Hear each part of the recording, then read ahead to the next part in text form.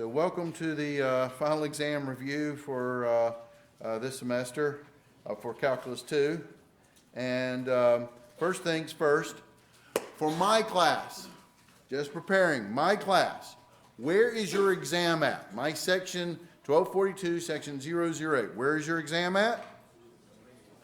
CHHS, College of Health and Human Services, room 281. What time's the exam start? 3 o'clock. What time you got to be there?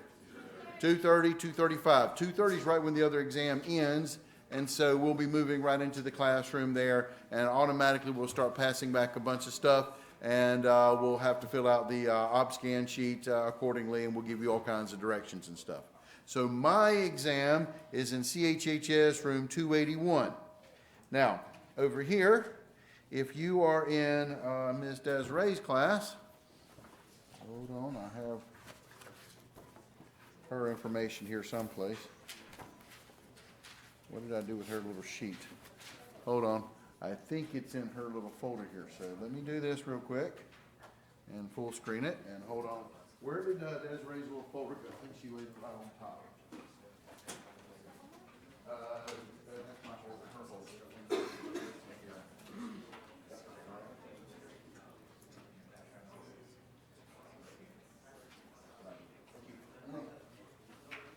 All right, you guys that are in Desiree's class, your exam is where? Burson 121. Here is her directions to you guys for Burson 121.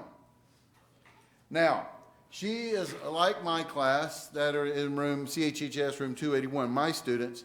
There's going to be a Calc 1 and a Calc 2, two sets of classes actually in one class, and I will organize you when we get there. For her class, she's pre-organized you guys, so the first two rows of Burson 121 is going to be made up of Calc 1 students, and then the last 6 rows is the Calc 2 students. You will come into the door over here on the left, okay, and you will march down. You will pick up the exams the way she's going to organize it. She will get 2 OpScan sheets. She'll go ahead and pick up part 1, part 2, and part 3 for her, and you will be placed, sit into a row, and you will be placed into whatever seat that they're going to be sitting you at and stuff like that, and then she's going to give you directions on how to fill out her stuff. Every professor has their own way of doing things, and she's going to organize it because she's in Burson 121. She's going to have you come in through the door on the left and file down, and Calc 1 people will be at the bottom.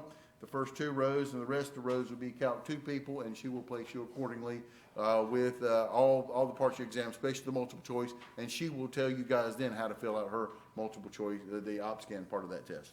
So, also, one last thing here in terms of this, in terms of the review, we're going to be covering the fall 2015 review. I did bring my calculator and my cable just in case you somehow have deleted your Remon program, which may be very advantageous to you guys on the exam. But see me after class, and I will let you, I will transfer it into your calculator if you need some assistance with that, in case you double check the Remon program and stuff. I did bring my calculator so I can quickly transfer it over there to you guys. All right. Now, before we get started on the big talk today, giving all the big speeches and stuff, and here is the last of the big speeches. Now, and I know Desiree's class is the same in terms of your other professors. I don't know yet. But first things first. In terms of my class, based upon your attendance, I did promise you guys that I would be allowing the final exam to replace your lowest test grade. So remember that, and I know Desiree's class is the same thing, and I know she said something about test 1, test 2, or test 3. You'll have to discuss with her about that, but she does plan on basing her attendance, do some type of, how allowing the final exam to replace your lowest test grade. Question, yeah? Can I move the chair? Yes, I can. All right. The other thing is this. Another major concept here, very important. After you guys take the final exam, do not email us, do not call us, do not come by and bang on the door on us and stuff like that, because we, 1, do not know what your exam grade is. and don't harass us about your exam grade. When we get it, you will be the first to know because we will upload it onto Canvas. We cannot discuss grades online, over the phone, or anything. You will actually have to come in and see your professor personally about that. And I know myself, I will post on my Moodle Canvas site, on the front page of my Canvas site. And once the grades are in, you'll know it because they'll be uploaded to Canvas. And then I will tell you when I'm going to be in my office if you wanted to come by and look at it. But other than that, don't harass the professors about your exam. We don't know what your exam grade is. And once your exam grades are in, that is the closing of the books in terms of the class. So don't sit there and ask us also, oh, I know I made a 65, Dr. Taylor, but just can't you give me 5 points? No, I can't give you squat, dude. So, no, don't ask for it. It's considered inappropriate as all get out, but it's amazing what students will do these days. You know, if there's any kind of, if you got a 69.9 average, I'm sure you probably will get that 70 unless you really pissed off your professor or something or other. But other than that, I'm telling you that don't harass your professor. Don't beg for grades or anything like that. The numbers are what they are. Now's the time to prepare and get ready for this exam. This is going to be, it's Calc 2. It's not easy stuff. But if you studied all semester and especially studied the old final exams and stuff, you will be well prepared. And that's my job for you guys today. I'm going to well prepare you the best I can in terms of the exam and talk about strategies and formulas and the like. So, and I promised several professors to send out this word. Do not email, do not call, do not harass your professors.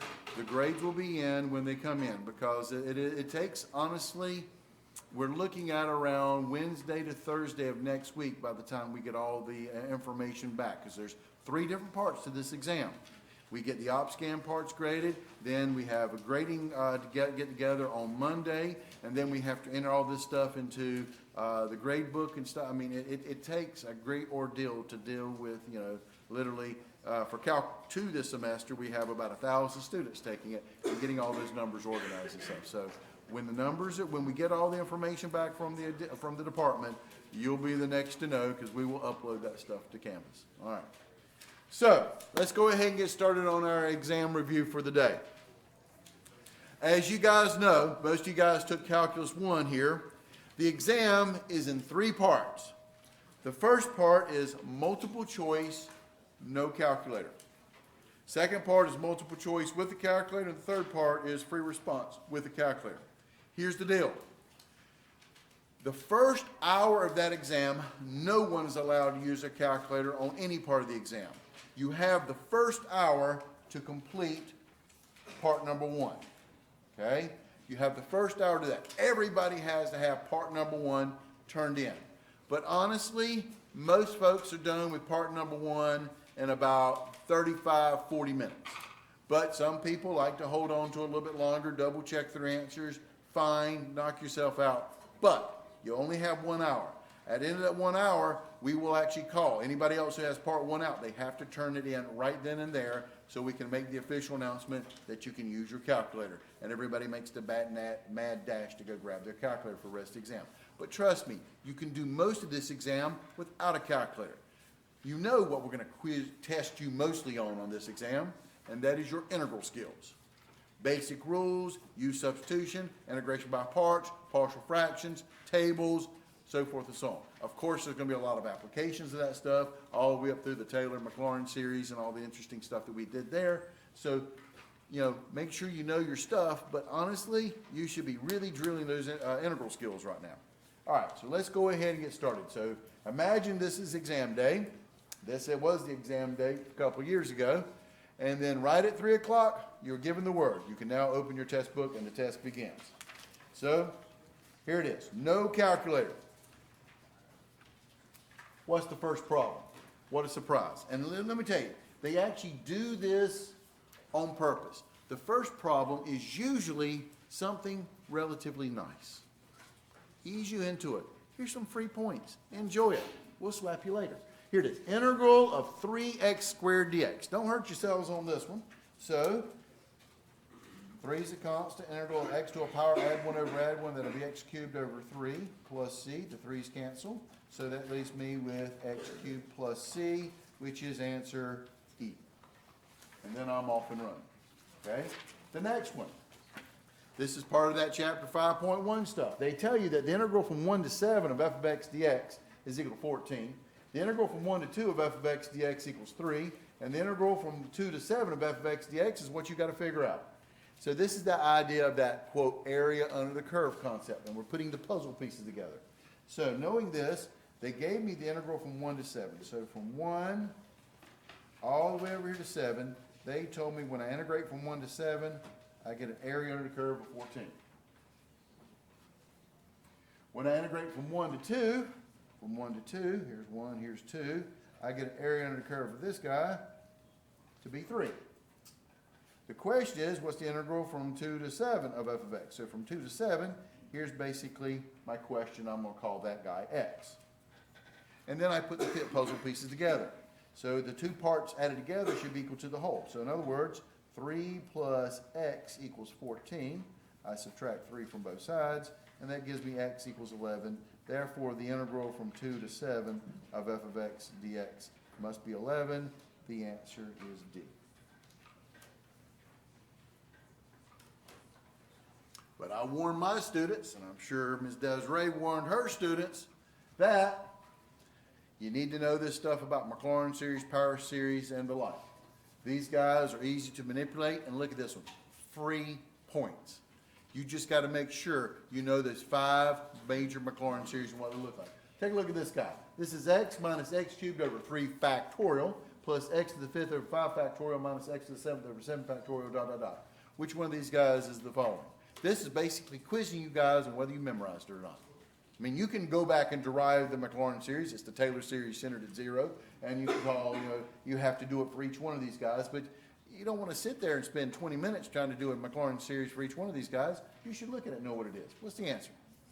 It's the sign. These are odd powers divided by the factorials. That's sign. Remember, the even was the even powers divided by their factorials was cosine of x. The tangent inverse was the same as the sine, except didn't have the factorials on the bottom. E to the x was 1 plus x squared over 2 factorial, so forth and so on. 1 over 1 plus x is that 1 minus x plus x squared minus x, so forth and so on. Make sure you have the Maclaurin series for the 5 ones we asked you to have memorized, because you never know when it's going to be free points on the exam. Pure memorization. Next one. Find the integral of 7x plus 13 divided by x squared plus 2x minus 3 by expanding and using partial fractions. Well, that was awfully nice of them to tell me to use partial fractions on this thing, but they don't always tell you that. If they just say integrate this guy, first thing you should do is this. Use substitution. If it's not a rule you have memorized, use substitution. The number one technique of integration, use substitution. And being I'm integrating a fraction, you're going to let u equal to the denominator. So if I let u equal to x squared plus 2x minus 3, what is du? What's its derivative? 2x plus 2 dx. You can factor out the 2 and have an x plus 1, but do you see an x plus 1 dx floating around this problem anywhere? No. U substitution is very simply, whatever you let u equal to, du's got to be in the problem up to a constant. But if that's not the case, and you'll notice this, that my denominator, that x squared plus 2x minus 3 factors, right? And this is a proper fraction because the degree of the top is less than the degree of the bottom. How does x squared plus 2x minus 3 factor? It factors into x plus 3 times x minus 1. I'm going to do partial fractions and busting this thing up. So my two denominators are x plus 3 and x minus 1. And remember, this is the partial fraction technique. This is the idea of taking big fractions and doing this partial fractions technique to turn them into small fractions. A very important technique that you're going to use a lot of, including probably for most of you guys, your next level class, which is differential equations. We do this a lot with the Laplace transform stuff. So you will see this technique again about breaking up fractions and stuff. All right, so they have to be proper fractions. So as these guys are now degree 1 denominators, the numerators have to be a degree less than that, which will be degree 0 constants. I am going to do the elimination method, or what we call the annihilation method, by multiplying the entire equation by my common denominator of x plus 1, x plus 3 times x minus 1. Here, the entire denominator cancels. You're left with 7x plus 13 equals a. Here, the x plus 3's cancel. You're left with a times x minus 1 plus b. The x minus 1's cancel. You're left with b times x plus 3. Now, a lot of different teachers teach this technique differently. I like the annihilator method because it gives me my answer much quicker. Since once I clear denominators, this equation works for all x's. I'm just going to pick a couple x's to chunk into this guy, and I pick the annihilators, the terms that make these factors 0, and I'm going to pick let x equal to 1 and x equals -3. When I plug in 1, remember, no calculator here, 7 times 1 is 7 plus 13, no problem, that's 20. Equals a times 1 minus 1 is 0, plus b times 1 plus 3 is 4. So that's pretty much 20 equals 4b, because a times 0 is 0. Divide by 4, and I get b to be equal to 5. Now I'm going to go over here and plug in -3. 7 times -3 is -21, and -21 plus 13. -21 plus 13 is what? -8 is equal to -3 minus 1 is -4 times a plus b. -3 plus 3 is 0. This tends to kill off the b term here. And then I divide both sides by -4, and I end up getting a to be equal to -8 divided by -4 is 2. Which means, in terms of integration, integrating this function, 7x plus 13 divided by x squared plus 2x minus 3, is the same as integrating a was 2 over x plus 3, plus b, which was 5 over x minus 1 dx. Now, the other thing we taught you guys in this class is the ability to integrate using U substitution in your head. When I'm trying to integrate 2 over x plus 3, typically I'm going to let u equal to the denominator, to x plus 3, d equals dx. This turns into a classic formula you have memorized. What's the integral of 1 over u du? Natural log, absolute value of u. So you should be able to look at this thing and tell that the integral of 2 over x plus 3 will integrate into 2 times the natural log of the absolute value of x plus 3, plus, and integrating 5 over x minus 1, when I integrate that, that would end up being plus 5 natural log absolute value of x minus 1 plus c. So there is my answer there, which now I've got to pick them out of the lineup. It's 2 natural log of x plus absolute value of x plus 3 plus 5 natural log absolute value of x minus 1 plus c. The answer is A. Questions? So yes, this is U substitution, but honestly, this is U substitution in your head. If you remember this section, we did so many of these problems, you caught the pattern very quickly on this stuff. So don't forget your basic rules of integration.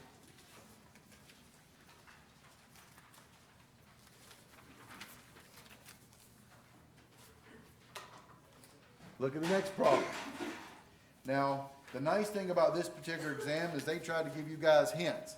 I can't promise you that on this next exam. Every year, every semester, there's a different committee that's picked to actually make up the final exam. So on this particular one, they said use long division to find the integral. They shouldn't have had to say that. Look at this integral. This is the integral of x squared plus 3 divided by x minus 1. Yeah, I'm trying to integrate another, again, a fraction. However, in this one, this is not a proper fraction. The degree of the top is greater than the degree of the bottom. The degree of the numerator is greater than the degree of the denominator. You don't have a choice. They got to be proper fractions to do all that stuff we just did a few seconds ago. So I'm going to have to use long division to be able to clean this guy up, because this is what we call an improper fraction. So long division, my divisor is x minus 1. My dividend is the numerator x squared plus 0x, because there is no x term in there, plus 3. And then we go back to high school arithmetic on long division of polynomials. What do I need to multiply x by to get an x squared? X. X times x is x squared. X times minus 1 is minus x. Now remember your long division techniques. What do I do next? After you multiply, then you do what? Subtract, which changes your signs. This now becomes a minus, this becomes a plus. And the first term should always cancel, and I'm left with 0x plus x, which is x. Break down my next victim, plus 3, and start the game all over again. What times x is x? 1. So plus 1 up here, and x times x is x. 1 times x is x, and 1 times negative 1 is negative 1. Now I'm going to subtract again, which changes my signs. The first guy cancels. I'm left with 3 plus 1, which is 4. This is my remainder. So when I do my division, this integral turns into the integral of, this is my quotient. That is the answer part, x plus 1. But remember, the remainder is a fraction of the answer. It'll be plus 4 over the divisor of x minus 1 dx. So using long division, this x squared plus 3 divided by x minus 1 turns into x plus 1 plus 4 over x minus 1. Now it's easy to integrate.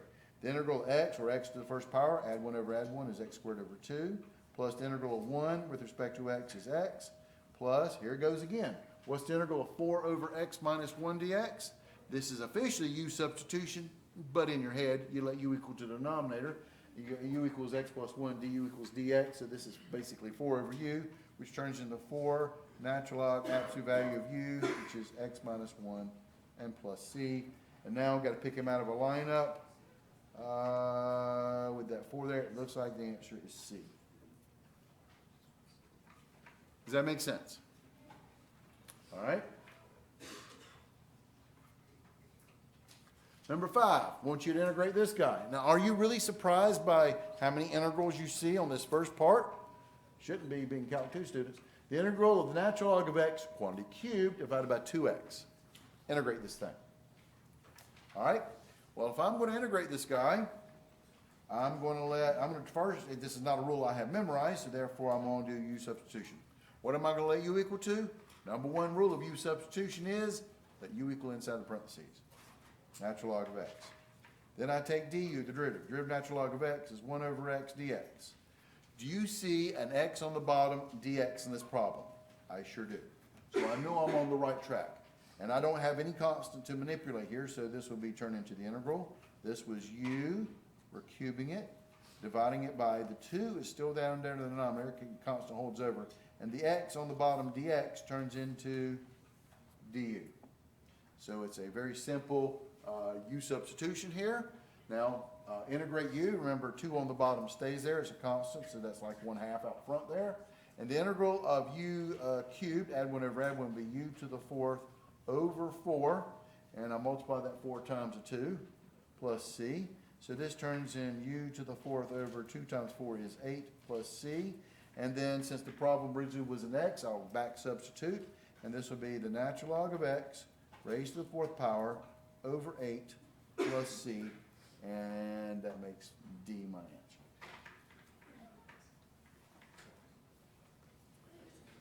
Look at the next guy. And I told my students all semester long, and I keep reiterating this fine fact, and I'm reiterating it to you guys now. When we started doing techniques of integration by parts and some of these other ones, you look for patterns. We tend to do the same kind of problems over and over again. These are classic problems you should recognize. Here's another one. The integral of x sine of x dx. 1, this is not a rule I have memorized. 2, this is not u substitution. Because if I tried to do u substitution, I would either have to let u equal to the x out in front or the x as the angle on the trig function type thing here. And in u substitution, letting u equal x is actually stupid because it doesn't really change the problem. So, and an x sine x is a problem we've done so many times before. This is integration by parts. What is my integration by parts formula? So I'll just put up here by parts and remind your formula. Integral of u dv equals uv minus integral of v du. Formulas we have to have memorized for this exam, and there are tons of them. So, in this particular integration by parts, I'm going to let u equal to x, and I'm going to let dv be equal to the sine of x, dx.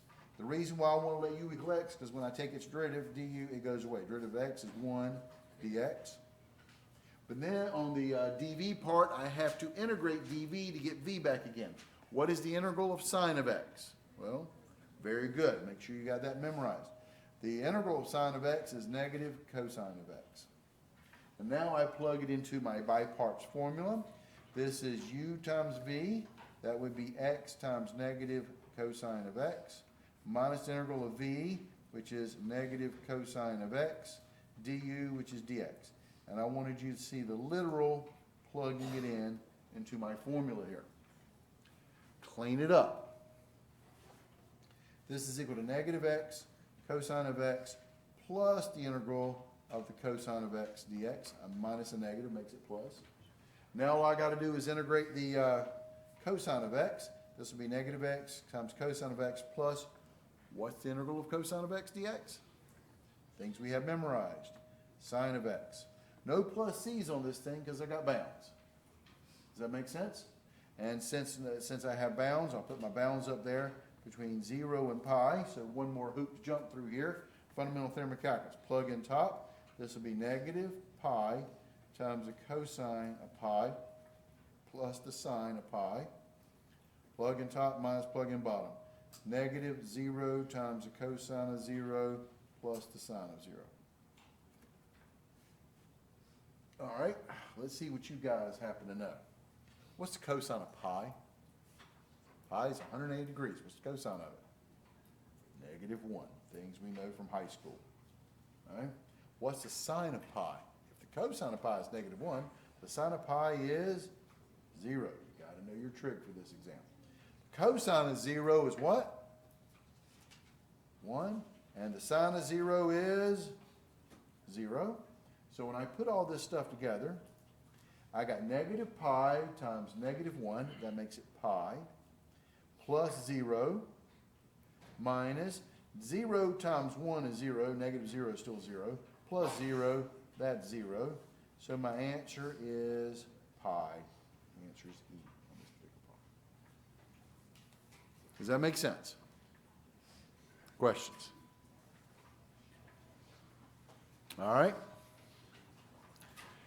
Another reason why we study the old final exams is as you're studying these old final exams, you should have a separate sheet of paper at the side, and every time I do something special that requires a formula, you should write it down to remember what the formula is. Granted, we just went through all that stuff about, your Maclaurin series forms that you have memorized, so forth and so on, to remind yourself to go back over those things again.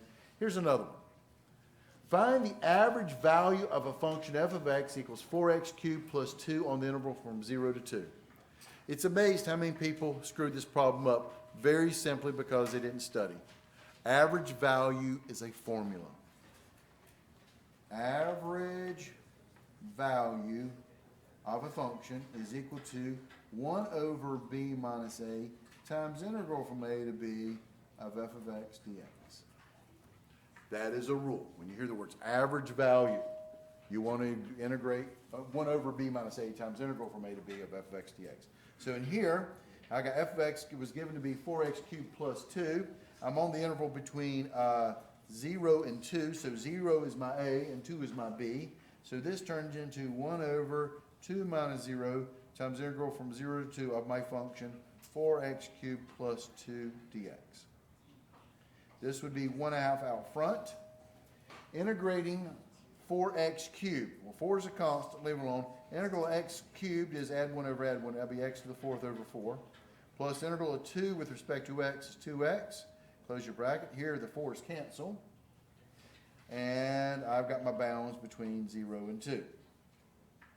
So this would be equal to 1/2 times, plug in top, 2 to the 4th, plus 2 times 2, now I'm writing it this way for your benefit, minus 1/2 out front, and plugging in 0, 0 to 4 plus 2 times 0, yeah, it's pretty much 0 there. So just take your time because remember, no calculator. Let's see what we got here. 2 times 2 is 4, so this will be 1/2 of, let's see here, plus 4. What is 2 to the 4th? That's 2 times 2 times 2 times 2. What's that? 16. 16 plus 4 is 20. And half of 20 is 10. The answer is B. The answer is 10. Does that make sense? Questions? Another formula, well worth memorizing.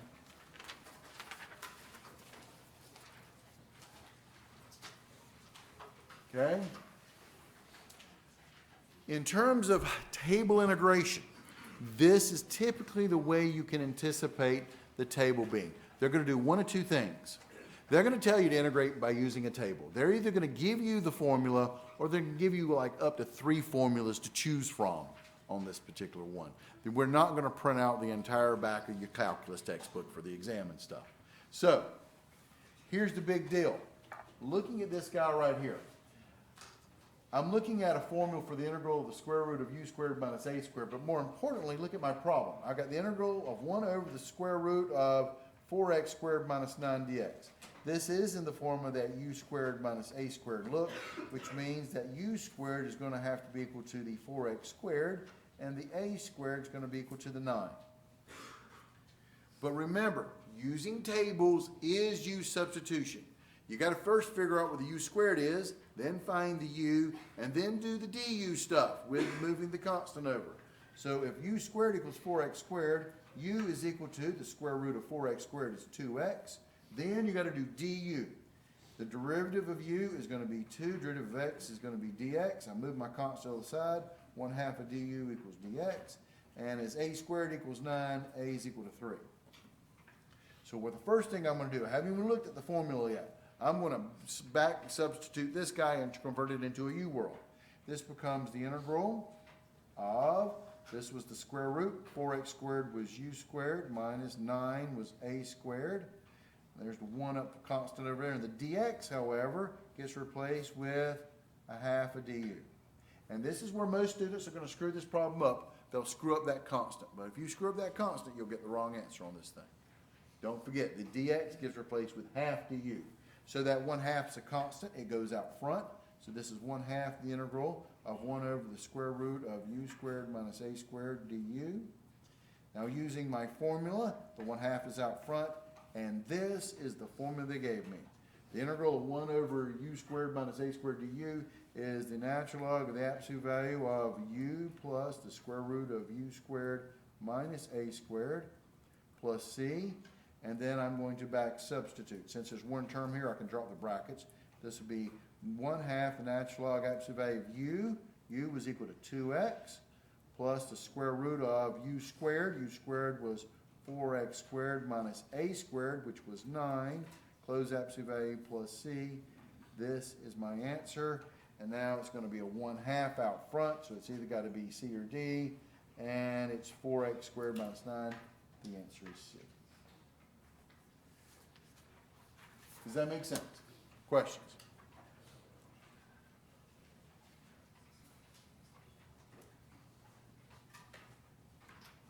The integral from 4 to 8 of 1 over x minus 4 dx. Okay? I'm going to do this problem. Well, first off, I want you to focus on this problem. All right? Now, pay attention to this. The integral from 4 to 8 of 1 over x minus 4 dx. Now, I know you guys are in thinking, but you got to be in the right mode. Think about it. Pay attention to your function. It is 1 over x minus 4. The function that I'm trying to integrate, 1 over x minus 4, has a problem. Where's its problem point at? 4. Because when x equals 4, it makes you divide by 0. And you should pay attention to that, and you should also pay attention that 4, my problem point, is on the bounds. That makes this problem what we call an improper interval. You're trying to integrate over a part where the function is not defined at. You've got to pay attention. You've got to train yourself to look for these things. It look like a basic integral, but wait, that 4 on the bottom, and then being that the function doesn't exist at 4, makes this an improper integral. So let's, again, and I do every problem for you guys like it's a free response problem, because you never know what they're going to put on the free response. So here we go. So knowing that 4 is a problem, I'm going to do my official of turning an improper integral to proper by taking my favorite letter. Take the limit as a approaches 4. And since I'm integrating from 4 up to 8, it's on 4 on the plus side of the integral of a to 8 of 1 over x minus 4 dx. So this is equal to, now if I did this problem here, I would do a U substitution type thing here. U would be equal to x minus 4 and du equals dx. So basically it's in your head. What's the integral 1 over u? Natural log absolute value of u. So this would be equal to the limit as a approaches 4 from the plus side of the natural log absolute value of my u part, x minus 4. No plus c's on this thing, but because I got bounds from a to 8. So this is equal to the limit as a approaches 4 from the plus side of the natural log of the absolute value of 8 minus 4 minus the natural log absolute value of a minus 4. So this would be equal to the limit as a approaches 4 from the plus side of the natural log of 4 minus the natural log of a minus 4. Now, back to Calc 1. Let's do our limit laws. Plug it in. When I plug in 4, I'm going to get natural log of 4 minus the natural log of 4 from the plus side minus 4 is 0 on the plus side. And this is something you should memorize from Calculus 1. What is the natural log of 0 on the plus side? Things we know from Calculus 1, the natural log of 0 on the plus side is negative infinity. Just to remind you of these guys, the natural log of infinity is infinity, e to the infinity is infinity, e to the negative infinity is 0. Things we know. Okay?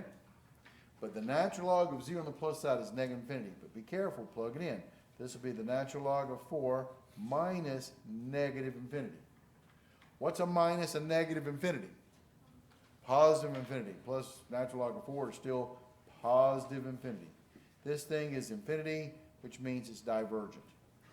Okay? But be careful. Sometimes on the multiple choice, they'll say diverges to infinity or diverges to negative infinity, and then you had to figure out which infinity you wanted. This would have been a positive infinity.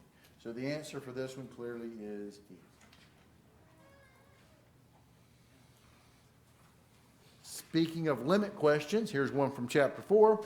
The sequence AN, where AN is equal to 4x squared minus 4n squared, minus 2n divided by 1 minus 2n squared, converges, converges, converges, and diverges. How do you tell if a sequence converges or diverges? I do this. I take the limit as n approaches infinity of the AN part. 4n squared minus 2n divided by 1 minus 2n squared. Now, officially, you can L'Hopital rule this thing, because if you plug in infinity on this guy, you're going to get infinity over, officially, negative infinity. But, you know, anytime you're doing infinities, what do you know? You should be able to look at this problem and tell me what the answer is. When the degree of the top numerator is equal to degree of the denominator, the bottom, what's the answer going to be when you take the limit as n approaches either plus or minus infinity? You get the quote-unquote, the ratio of the leading coefficients when the degree of the top equals degree of the bottom. It's something we taught you guys in Calc 1. So what do I get here? It'll be 4 over, watch your sign, negative 2, which makes it negative 2. The answer is A. Converges to negative 2. Does that make sense?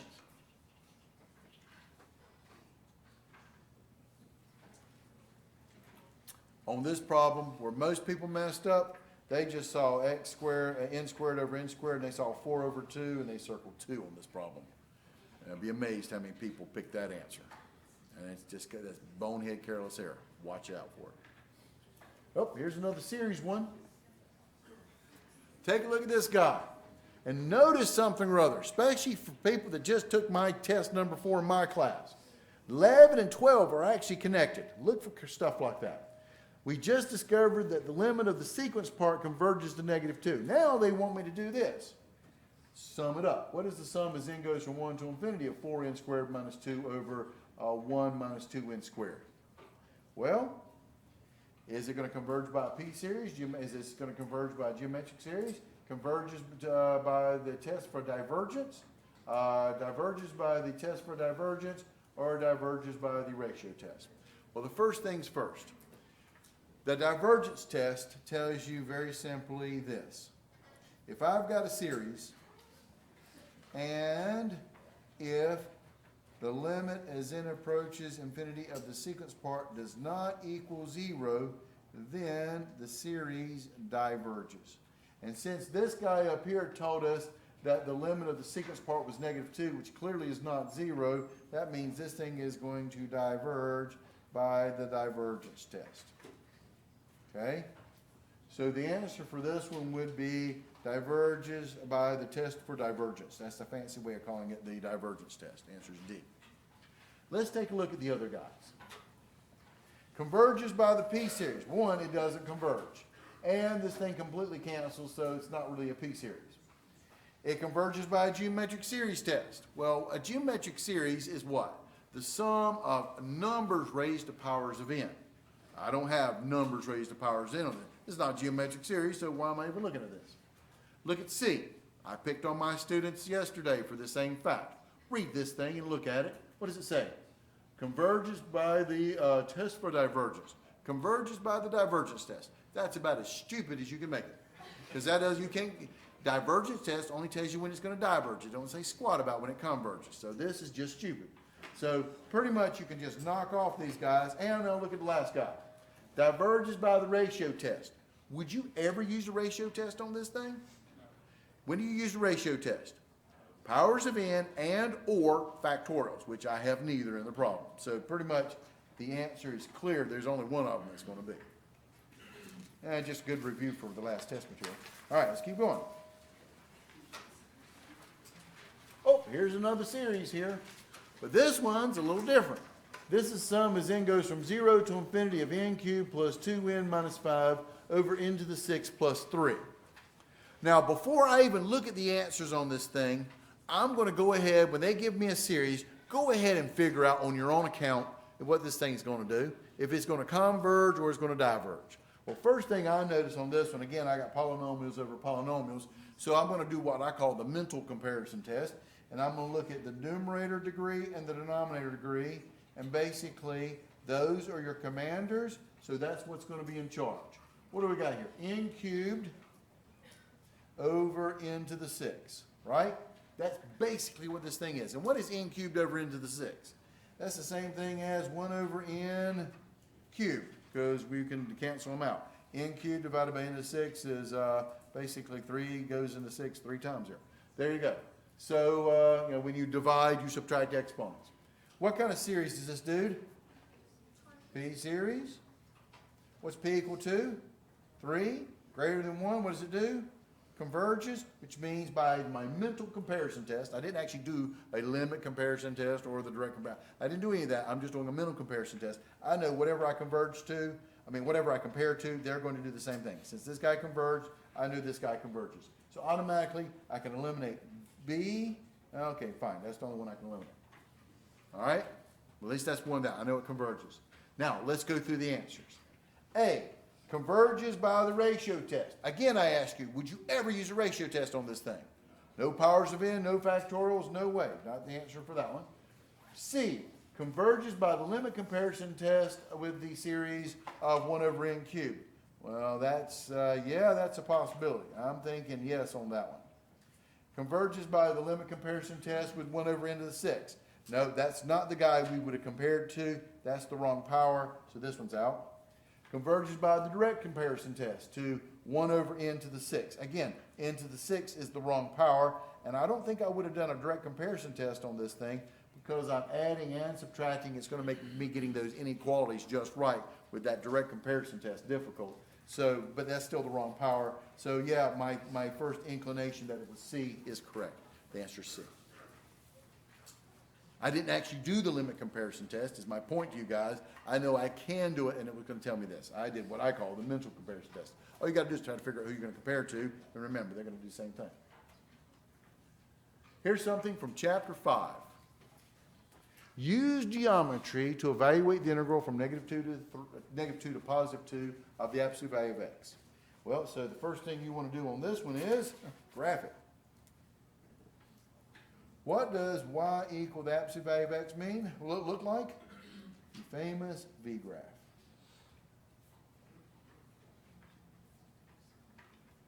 So here's 0, absolute value of 0 is 0, where bounds are -2 to 2. So here's -2, absolute value of -2 is 2. Here's +2, absolute value of +2 is 2. So, and when I integrate a function, this is the idea here, what am I going to find? The quote-unquote area under the curve. So the area under the curve would be here. What do you see? Two triangles. So it'll be area 1 plus area 2. This would be triangle, so it's 1/2 base times height plus 1/2 base times height. Because of symmetry, basically just find one of the areas of triangles and double it, whatever you want to do. The base on my triangles are 2, and the height is 2. So this would be 1/2 2 times 2 plus, here's another base is 2, the height is 2. Another 1/2 2 times 2. 2 times 2 is 4, half of that is 2. Plus 2 times 2 is 4, half of that's 2. And 2 plus 2 is 4. The answer is E4. Area under the curve. Remember, no calculator.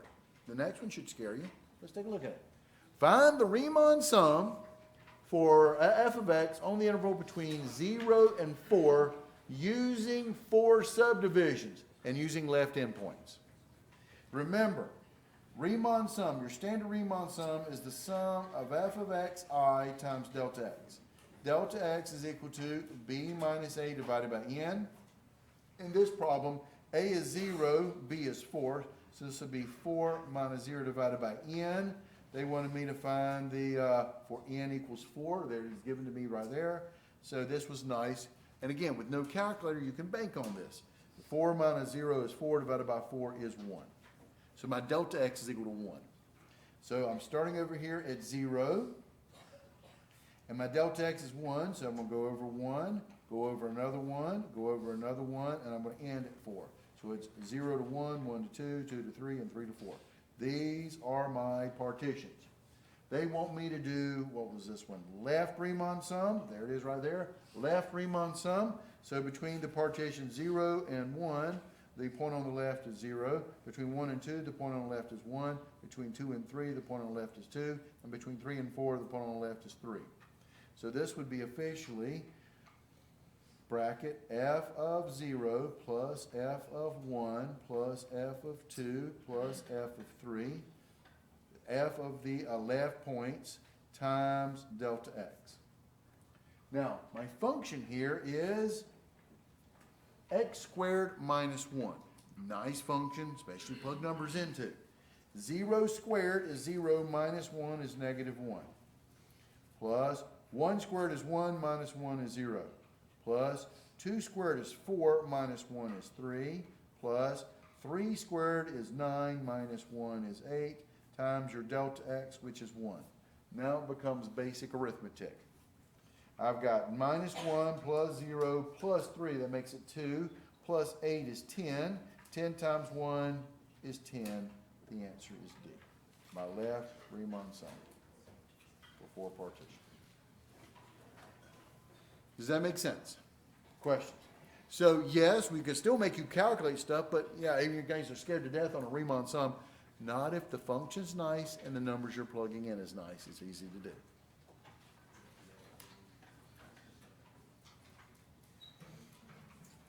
On this one here, you're supposed to find the radius of convergence for your power series. Anytime you hear the words radius or interval of convergence, typically what are you going to do? Ratio test, okay? But here's the nice thing about this one. They just wanted the radius of convergence. They didn't ask me for the interval of convergence.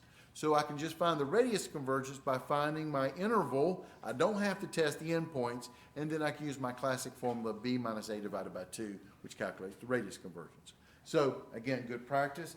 I'm going to use the ratio test on this guy, and it'll be the limit as n approaches infinity of the absolute value of an plus 1 over an, which will be the limit as n approaches infinity of the absolute value of x minus 2 to the n plus 1 over n plus 1 times 4 to the n plus 1 divided by x minus 2 to the n over n times 4 to the n.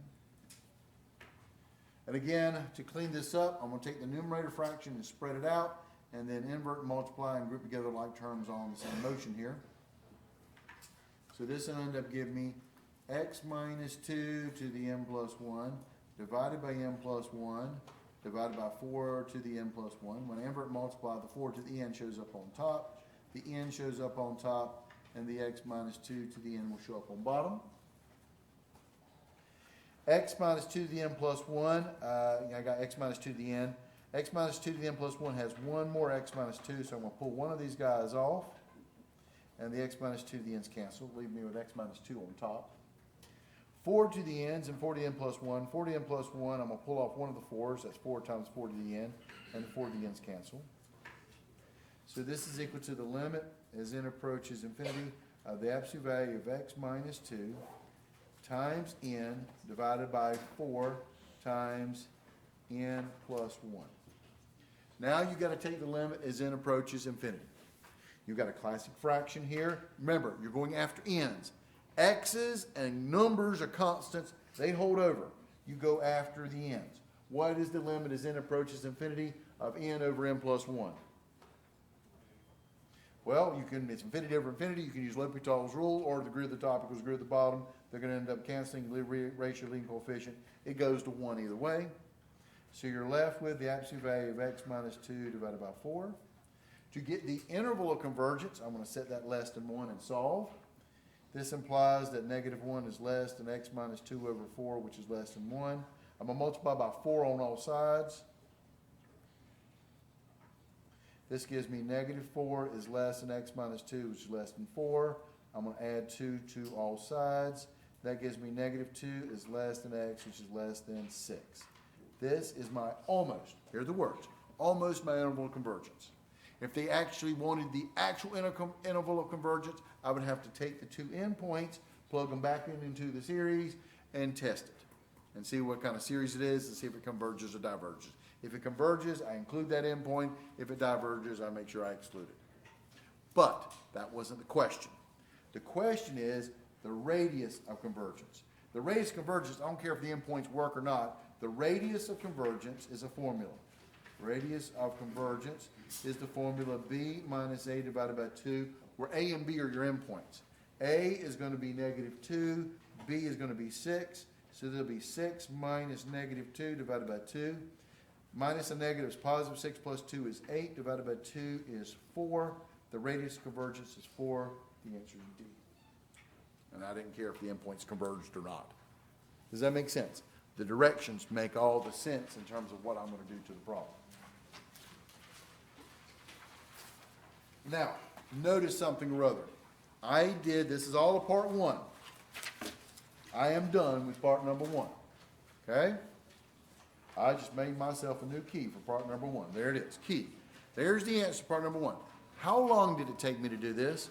Now, I started a little bit late because I had to make all those interesting announcements and stuff like that about your test number 4s and picking them up and where your exams are at and stuff. But I still took probably about 45 minutes. But remember, I explained everything and went in great detail to write this kind of stuff up. This is multiple choice, so you can be the detail doesn't have to be so exact like it has to be on the free response. Free response needs to be neat, organized, and circle your answers and stuff. I mean, you're trying to show your work because we do grade that we do grade the part 3 free response with partial credit. So you make sure of that. But if we can't understand what you're doing, you get nothing. And we got, 1,000 plus students to grade their exams on. I mean, we look at it, and in 10 seconds or less, if we can't figure it out, you get nothing. Neat and organization gets you extra points. But my point is, I'm moving on to part number 2, but I still got another 15 minutes or so before I'm allowed to use a calculator. No worries, I don't need a calculator for some of these problems, so let's go on to part number 2, because you go ahead, turn in your part number 1, and go ahead and get started on part number 2. Look at this problem here. Calculate the integral from negative 1 to 4 of f of x dx if the graph of f of x is given to us there. Okay? So now to pay attention on this one because you got to know where your bounds are going to be at. So what do we got here? Negative 1 to 4. Negative 1 is right here. 4 is right here. And we're trying to integrate. Now, this is chapter 5.1 at its best. First thing we talked about. when you're integrating, you're finding the area under the curve, between the curve back to the x-axis. It amazes me how many people shade the wrong region because it's not the area between the curve and the x-axis. The curve to the x-axis, here's my x-axis, it's been bolded here. So from the curve back to the x-axis, it's down here, it's up here, and it's down here. Does that make sense? Between the curve back to the x-axis, this is the region. But we have some area located below the x-axis. This, by definition, is considered to be negative area. And we got area captured above the x-axis. This is considered to be positive area. And negative area and positive area will cancel each other out. So if you'll notice here, I'm trying to do this, and I'm actually using symmetry here. This region right here and this region right here are the same, right? It's a half of a unit, half of a square. And then one's positive, one's negative, they're going to cancel. This region right here and this region right here are the same. They're going to cancel out, okay? And that's about a fourth of a unit there, but officially they cancel out. And so what am I left with? How many units left over? And where's it located at? I got 2 blocks, and remember the area, so this is square. Square blocks are located above the x-axis. The answer is 2. Does that make sense? Did I lose you guys anywhere on this? Remember, the negative cancel with the positive. And because these are nice straight lines, you've got a lot of symmetry going on here, so you can see the negatives canceling with the positives. Questions? And I did not need a calculator for that. A particle is moved along the x-axis by a force that measures 5 times 1 plus 3x pounds at a point x feet from the origin. Find the work done in removing the particle from x equals 0 to x equals 8 feet. Okay? Chapter 7 at its best. Formula. To calculate work, that's equal to the integral of your force function dx from a to b.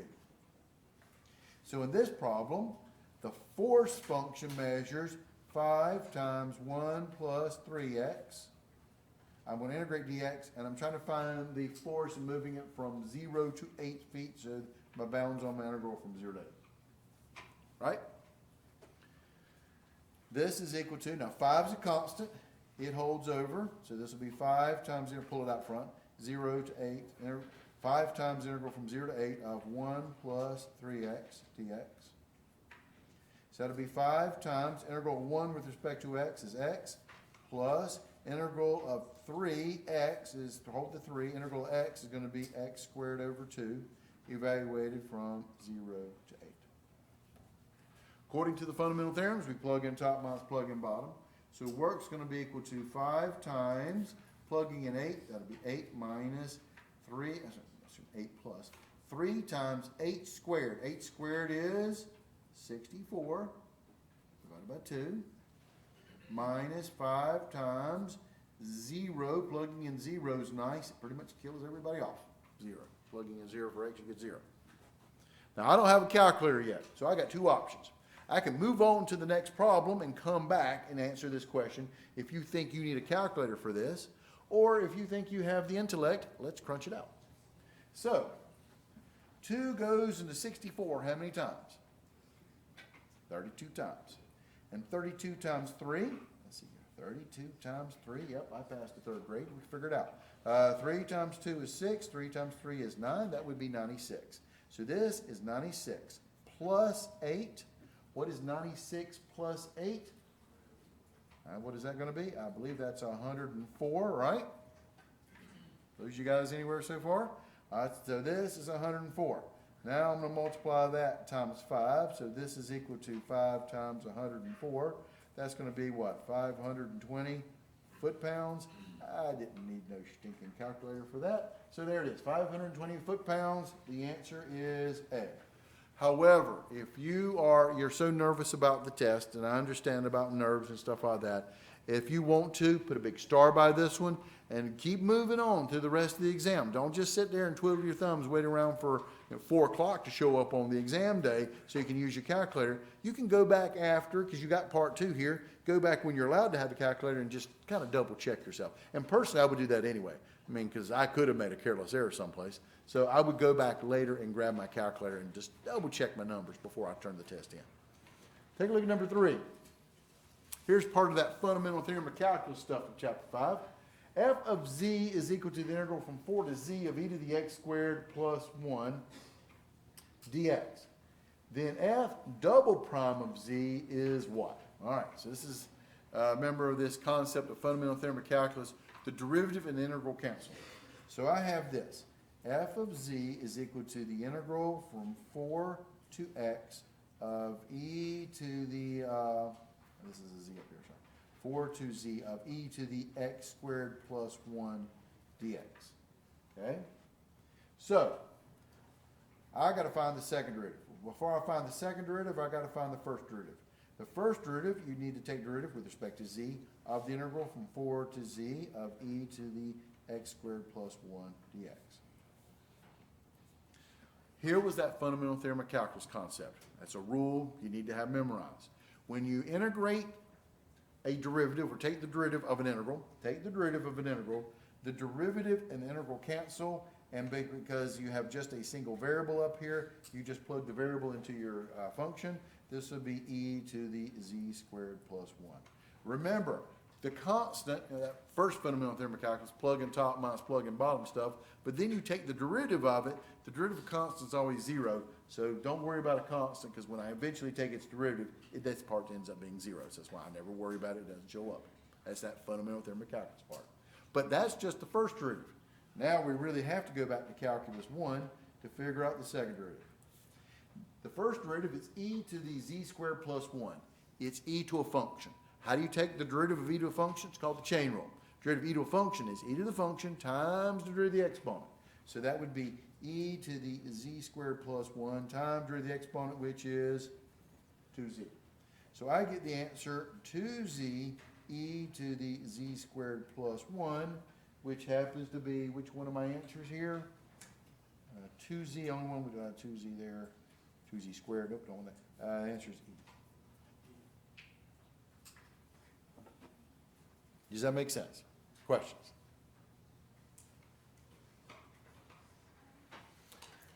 The area enclosed by the curves y equals 5 minus x squared and y equals 1. There it is. Area, chapter 7, 7.1 to be exact. All right, do you need a calculator to graph y equals 5 minus x squared? Good. So, I don't need it either. X squared is a parabola, minus x squared is an upside down parabola, shifted up by 5 units. So it's over here at 5, and it's going to do this. It's an upside down parabola. This is the equation of y equals 5 minus x squared. Y equals 1, not a problem. Here's the y coordinate 1. This is the line y equals 1. So we're talking about the area bounded by these curves.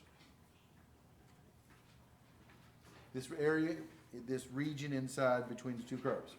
I do need my points of intersection. How do I find the points of intersection? You set the two equations, 5 minus x squared equal to each other. 5 minus x squared equals 1. Set the two equations equal to each other. Solve for x. Well, I'm going to, let's see here. I'm going to subtract 1. That gives me 4 minus x squared equals 0. I'm going to add x squared to both sides, do it easy way. This cancels, I'll left for 4 equals x squared. What kills off a square so I can solve for x? Square root of both sides. But anytime you take a square root, you got to do what? Plus or minus my number there. So I end up getting x equals plus or minus square root of 4. Square root of 4 is 2. Plus or minus 2. So these are nice numbers. This will be 2 and negative 2 are my points of intersection. What was the rule about area between two curves? It had two rules. So this is again why I'm trying to remind you about rules. The area between two curves, the integral of top minus bottom dx or right minus left dy. If you look at this particular region, you clearly have a function on top and a function on bottom. So this would be the area would be the integral of the top function, which is 5 minus x squared, minus the bottom function, which is the line y equals 1, top minus bottom, dx, over my points of intersection. This is dx on x coordinates from negative 2 to positive 2. I would clean this up. This would be equal to the integral from negative 2 to positive 2 of 5 minus x squared minus 1. 5 minus 1 is 4 minus x squared dx. This would be equal to the integral of 4 with respect to x is 4x minus integral of x squared is actually x cubed over 3, evaluated from negative 2 to positive 2. According to the fundamental theorem, we plug in top minus plug in bottom here. So this would be equal to 4 times 2 minus 2 cubed over 3 minus 4 times negative 2 minus negative 2 cubed over 3. And let's see what I get here. This will be 4 times 2, which is 8, minus 2 cubed, which is 8/3, minus 4 times negative 2 is negative 8. Negative 2 cubed is negative 8. A negative 8 makes it plus 8/3. So I'm going to combine my terms because I still don't get to use my calculator yet. Probably another 3 minutes away, but you see we've got minus and minus makes it plus. So this is 8 minus 8/3 plus 8 minus 8/3. This makes it what? 8 plus 8 is 16 minus 8 minus 8/3 minus 8/3 is minus 16/3. Okay, so I can sit there and what am I going to get on this one when I subtract these two guys here? Well, let's see here. I could get the common denominator. Let's see here. Yep, common denominator 16 times 3 is what was that? 48. So this 16 is the same thing as 48/3 minus 16/3, and 48 minus 16 is 32/3. I just want to show you guys I can do stuff without a calculator. The answer is B. But again, if you are concerned about, because this is on the calculator section, but you're not allowed to use the calculator yet, not until the official time is given. So if you wanted to, put a big star by this one. After you did some stuff, go on the next problem and don't forget to go back and chunk it in on your calculator just to double check. Watch for careless errors. Does this make sense though? I'll lose you guys anywhere. But at least by now we probably have the calculator. But look at this one. I don't think I need a calculator for this one. Here we go. The integral that calculates the volume by rotating the region in the first quadrant, x is greater than equals 0, and y is greater than equals 0, bounded by the lines y equals x squared, y equals 4, and x equals 0 about the x-axis. First thing you want to do is graph this guy.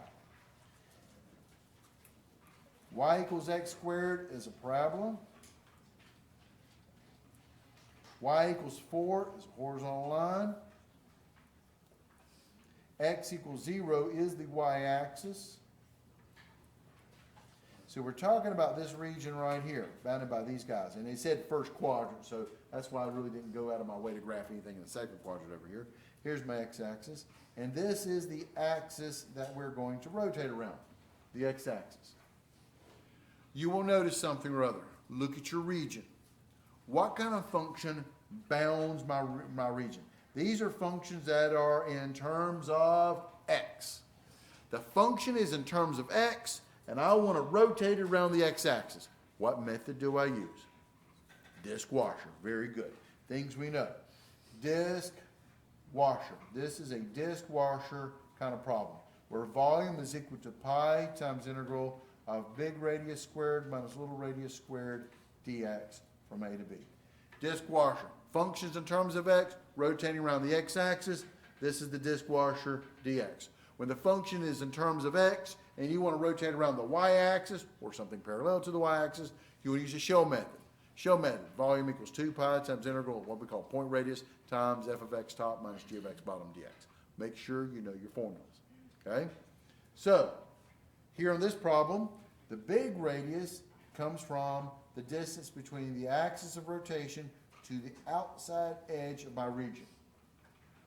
And remember, it's top minus bottom. The x-axis is officially y equals 0 here. So this distance would be x squared minus 0, or x squared.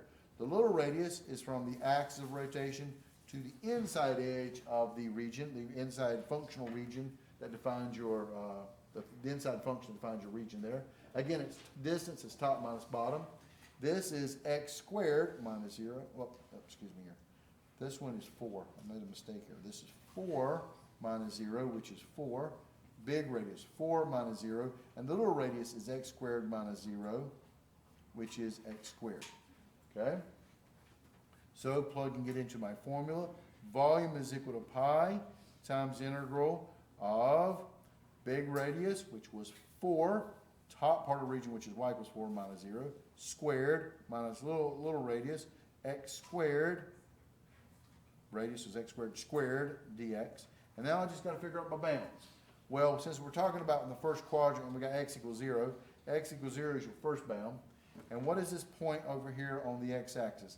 Where does the point of intersection, where does 4 equal to x squared? Well, 4 equals x squared, take square to both sides. X is equal to what? 2. It's the integral from 0 to 2 is my point there. Does that make sense? 0 to 2. And so I'm looking at this thing, and be careful because they did put 0 to 4 there, but nope, the point of intersection is when x equals 2. This is dx, so I want x numbers here. So it's got to be pi, so forget these two guys because they're trying to do some kind of weird shell method on this thing here. So we're talking about this guy here, x squared minus pi, up 0 to 4. That's what makes it wrong on this one. 0 to 2, 4x squared minus x squared squared. I believe the answer is B. It matches up with my formula. Does that make sense? Did I lose you guys anywhere? Questions? Oh, and here's another one. The integral, calculate the volume obtained by rotating the region in the first quadrant, x equals greater than 0, y equals greater than 0, by rotated by the lines y equals x squared and y equals x about the y-axis. All right? So again, I'm going to draw this thing. Y equals x squared, classic parabola. Y equals x, that's a line at 45 degrees going through the first and third quadrants there. So there's y, here's your x-axis. Here is y equals x. So we're talking about this little slither right here. But this time, the axis of rotation is the y-axis. Very important. What variable is my functions in terms of? They are in terms of x. What axis are we rotating around? The y-axis. What method am I going to use? This is a shell problem. When the functions are in terms of x and you want to rotate around x-axis or parallel to the x-axis, that is disk washer. When the functions are in terms of x and you want to rotate around the y-axis or parallel to the y-axis, shell method. Again, that shell method, so shell method here, is the formula volume is equal to 2 pi times integral of what we call the point radius times f of x top minus g of x bottom dx. Just reminding you of your formula from A to B. And again, these will be x numbers because this is dx. So I need my points of intersection. You could put this on the calculator by now if you really wanted to. And the points of intersection, clearly it's going to be 0. And where does x squared equal x at? Pretty much at 1. 1 squared and 1 are the same thing. So it's kind of obvious points. But you can set them equal to each other and solve if you want to. So here we go. Volume is going to be 2 pi times integral from 0 to 1 of the point radius times the top, which is x, minus the bottom, which is x squared dx. What is my point radius? The point radius is the distance from an arbitrary point. Here's an arbitrary point x inside my region, and the distance between that and the axis of rotation. The axis of rotation is the y-axis, which is x equals 0. So it's officially x minus 0. Arbitrary point x minus 0. Or just x. So I end up getting volume is equal to 2 pi times integral from 0 to 1 of x times x minus x squared dx. They didn't ask me to integrate it. They just asked me to find it on this thing. And which one is this one? Let's look at this one. X squared minus x. That's backwards, so that's not my dude. Take your time. 0 to 1, x minus x squared. Yep. The answer is D. The rest of these guys have pi's on them, so I know it's not the first one. Does that make sense? Just reminding you of some formulas you needed to know and knew a long time ago. Look at number 7. Infinite series. Sum as n goes from 1 to infinity of 4 to the n over 7 to the n minus 1. What kind of series is this, dude? Geometric series. Numbers raised to powers of n. Since you're starting at 1, I'm going to use this formula. The sum as n goes from 1 to infinity of a r to the n minus 1. And we know that it converges to the form a over 1 minus r if the absolute value of r is less than 1. And it diverges if the absolute value of r is greater than or equal to 1.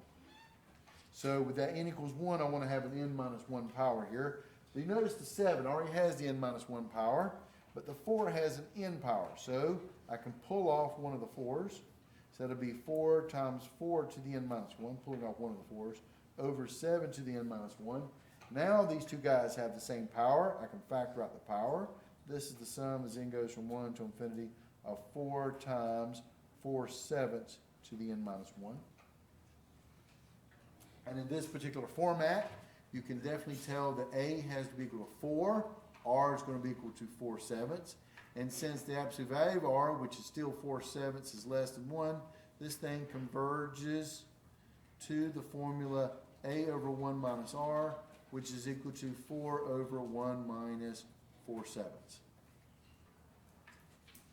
So this will be 4 over 1 minus 4/7. That's 7/7 minus 4/7, which is 3/7, right? And so that'll be 3 or 7 over 1. So invert multiply, that'll be 4/3 times 1 over 7. I get 4 over, let's see, did I screw this thing up? Yeah, I probably did. Hold on. 3/7 on the bottom. Yeah, there it is. It's 3/7 on the bottom. So a 4 is on top. I'm going to invert multiply. That'll be 7/3. And that's equal to 4 times 7 is 28/3. But, you know, at least by now, I'm a good hour into this thing. I no doubt, or your professors no doubt told you you can use a calculator. So I better double check this thing here. It is 4 divided by parentheses 1 minus 4/7. And I end up getting, converting it to a fraction, 28/3. Yep, I was right. Double checking my answers. And I would go back and double check those other answers too. This thing converges to, so write it down, converges to 28/3. 28/3, answer is D.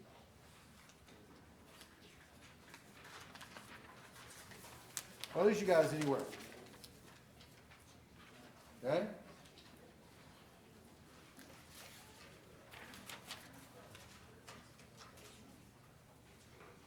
A heavy rope, 20 feet long, weighs 0.9 pounds per foot, hangs over the edge of a building 90 feet high.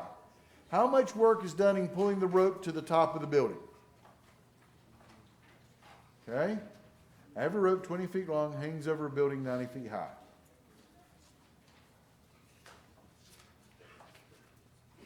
So this is a 90-foot tall building. Okay? But we got some poor sap up here, and he's got this rope, and he's hanging over the edge. And how far does he hang it? They said it was 20 feet long, right? This is 20 feet of rope, going from here to here. Not drawing the scale, of course. So here it is.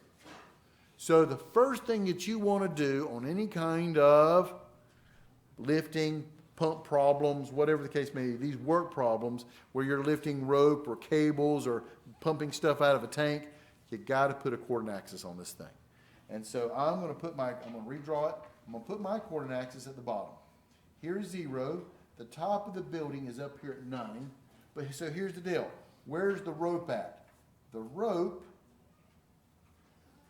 is going to be what? It's 20 feet of rope. So it's the top is 90. We're dropping it from the top. So where's the bottom part of the rope going to be at? 70. Does that make sense? Here is where the rope is at. Now, here we go. How do I calculate work? Work is equal to the sum of what I call the delta force times the distance that you have to lift. It is the exact same style formula that we use for pumping problems. Sum of the delta force times the distance you have to lift. Where the delta force is equal to, basically, what do we got here? Come over here and take a little delta Y cut out of your rope. And how much cut do you have? You have delta Y amount of cut, but how much does it weigh? So this is delta Y feet, but what does this rope weigh? It's 0.9 pounds per foot. So this will be 0.9 pounds per foot times delta Y feet, which makes it 0.9 delta Y pounds. That's your change in force. It is basically the weight of the rope times delta Y is what it's going to be. So now we're going to plug that in here. So work is equal to the sum of 0.9 delta Y times the distance that you have to lift. This was at an arbitrary Y level. So I'm putting a Y variable right here, Y. Where are we trying to lift this segment of rope to? Where's our target at? We're trying to lift it to, quote, the top of the building, right? Where's the top of the building at? Target, that's at 90. So what is the distance I have to lift that little section of rope? Top minus bottom, 90 minus Y. Right? Remember these rules. So it's top minus bottom, 90 minus Y. So this gives you, I'm converting it to integral calculus. 0.9 is a constant. Pull it out front. The summation turns into the integral. You got 90 minus Y, and the delta Y turns into a dy. And here is the $64 question. What are my bounds? From where to where? Where's the rope at? You're integrating over the rope. Where's the rope at? 70 to 90. Does that make sense? So I got over here, work is equal to 0.9 times the integral of 90 minus Y dy from 70 to 90. So this would be 0.9 times integral of 70 dy is 70y minus integral of y is y squared over 2, evaluated from 70 to 90. Fundamental theorem, plug in top minus plug in bottom.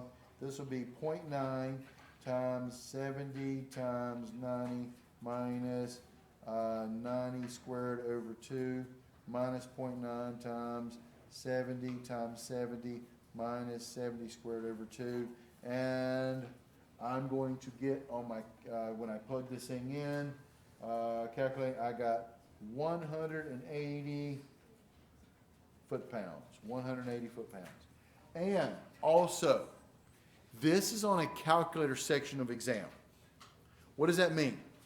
That means that, you know, I want to make sure I don't screw up this exam. So yes, I should be able to integrate by hand. And however, are you kidding? I am definitely, anytime I got to integrate something or other when I'm allowed to actually use the calculator, part one's out, I'm going to use my calculator to integrate this thing. So this will be the integral from 70 to 90 of 0.9 times 90 minus y, or x in this case, dx. And yeah, I'm feeling much better about my answer right now, 180. Does that make sense? Don't forget to, you got some great tools at your disposal on this type of test once you're allowed to use your calculator. Oh, here's another formula you got to have memorized. Calculate the x-coordinate of the center of mass of the region bounded in the first quadrant by y equals 4. First quadrant, here's your x-axis, here's your y-axis. Y equals 4 is right here. X equals 0 is the y-axis. And y equals x squared, that's my parabola. We're talking about bounded by all those regions, so we're talking about this little region right here. Here's the question. They want the x-coordinate of the center of mass. What was the formula for the x-coordinate? The x-coordinate, which is x bar, x-coordinate, x bar is equal to the moment about the y divided by the mass. These are the formulas you're supposed to have memorized. So let's go through them. What is the mass? The mass is the density times integral from a to b of f of x top minus g of x bottom dx. What is the moment about the y-axis? The moment about the y is the tendency to rotate around the y. This would be rho times integral from a to b of x times f of x minus g of x, top minus bottom, dx. And just in case you're taking notes and trying to memorize a bunch of formulas you've forgotten, the moment about the x, which I don't actually need in this problem, I thought I would write down the formula for you, is rho over 2 times integral from a to b of your f of x top function squared minus g of x bottom function squared dx. So, let's calculate the mass. Mass is going to be equal to rho times integral of top, which is 4 minus bottom, x squared dx, over my points of intersection. What are my points of intersection? Well, we've already seen this picture like 3 times on this exam already. What are the points of intersection? Well, one of them's pretty obvious. It's 0. Where does x squared equal 4 at in the first quadrant? 2. So my bounds are between 0 and 2. Now, I can integrate by hand on this thing, and if it was a free response question, I would do that to show my work, but this is a multiple choice kind of question, so I'm going to use the calculator for quick of ease of answer. Integral from 0 to 2 of 4 minus x squared dx, and I end up getting 5.3335 1/3 for you fraction fans. 16/3, I'll slide up, you guys can see that. 16/3, that'll be 16/3 rho. And the moment about the y is going to be, let me slide this over the way you guys can see this. This would be, a moment about the y would be rho times integral from 0 to 2 of x times 4 minus x squared top minus bottom dx. And again, so I would do this, and I would just call back down that actual interval I just did, and go in there and insert an x with parentheses around this guy.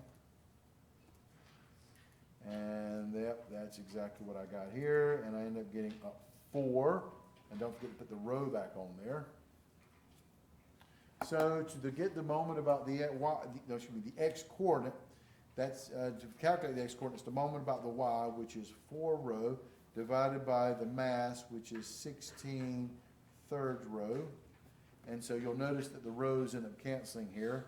So that's pretty much 4 divided by parentheses 16/3. Don't forget your parentheses around your fractions here. And I end up getting 0.75, which we all know happens to be 3/4, but I know people just like to see me push buttons on calculator. So there it is, 3/4. So the answer is C. Does that make sense? Again, I don't need the moment about the x, but I did that for your benefit, just to write down all the formulas, just to 10,000 more things you're going to have memorized. Speaking of memorization, look at the next problem. Which of the following integrals defines the length of the curve? The length of the curve is also known as arc length. We have 2 formulas for arc length, just to remind you. Arc length is equal to the integral from a to b of the square root of 1 plus the derivative of my function squared dx, or the integral from c to d of the square root of 1 plus the derivative of my function in terms of y squared dy. Just thought I'd remind you of both of them. But what is my function of this one? Since we got the equation y is equal to e to the 3x, my function is in terms of x, so I'm going to use this guy. But I need its derivative, so what's y prime? Remember, derivative e to the x is e to the x, but derivative e to a function, calculus 1 at its best, derivative e to the function is e to the function times the derivative of the exponent. So derivative e to the 3x is going to be e to the 3x times 3, or better yet, 3 e to the 3x. So my arc length is going to be the integral of the square root of 1 plus my derivative, 3 e to the 3x squared dx over my bounds. This is between 0 and 1, so my bounds are from 0 to 1. But of course, they didn't write it like that. No, they had to clean it up. Remember, strict multiplication, division, you can distribute your powers. So This turns into arc length, which is the integral from 0 to 1 of the square root of 1 plus 3 squared is 9, and a power raised to a power, you multiply. What is 3x times 2? 6x. So this turns into, when you clean up the algebra, the integral from 0 to 1 of the square root of 1 plus 9 e to the 6x dx, which ends up becoming, answer is A. Does that make sense? Questions? Using the alternating series estimation theorem, find the upper bound to the 6 terms of, using the 6 terms of the alternating series, the sum as n goes from 1 to infinity of negative 1 to the n divided by 3 to the n to approximate the values of the series. All right. The alternating series estimation theorem says this, that the remainder for n terms, the error, if you will, error, which is equal to the true sum minus the partial sum, is less than or equal to b m plus 1. So in our problem here, we wanted to find the upper bound for the first 6 terms. This means n equals 6. So we're looking for R6 here. That'll be equal to the absolute difference between the true sum and the partial sum of the first 6 terms, which is less than or equal to b 6 plus 1. That would be b7. Now remember, bn in your series of an alternating series is the sequence part without the alternation. So here's my series. The sum as n goes from 1 to infinity of negative 1 to the n times n over n cubed, times 3 to the n.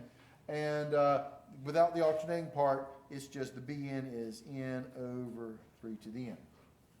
So b7, n would be 7 here, would be 7 over 3 to the 7th. And that clearly is a calculator problem, but clearly by this time you've definitely got your calculator going on. So this will be 7 divided by 3 to the 7th power, and I end up getting 0.003200736, and which happens to be 0.003. I got a couple of 0.003s, 2s, 0032, which is the answer. Which one? HB. Now, when you guys watch me do this stuff, and I tell this to my students all the time, everybody makes careless errors. We're human. This is what we do. Problem is, when you guys make careless errors, people die. You can't afford to make careless errors. Not just your GPA, but as engineers and science majors and things like that, bridge doesn't make it to the other side of the river when an engineer makes a careless error. Rockets crash into Mars at 90 billion miles an hour type thing here, makes a big old explosion and stuff. All due to careless errors. Thank you, NASA. But the fact of the matter is, careless error kills. So find out where you make your careless error and slow it down. I make my careless errors. I'm good at getting the answer. I'm awful at picking out of a lineup. So I have to stop, slow down, and stare at each answer for at least 3 minutes to figure out which one actually is the one that matches up to the thing I just calculated. But everybody else has their own ways of doing this stuff. Find your areas of making a mistake and slow it down. You've got 3 hours for this exam.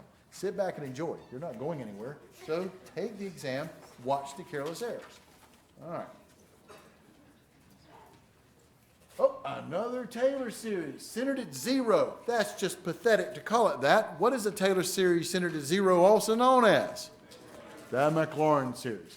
They want us to figure out what's the Maclaurin series for e to the 2x.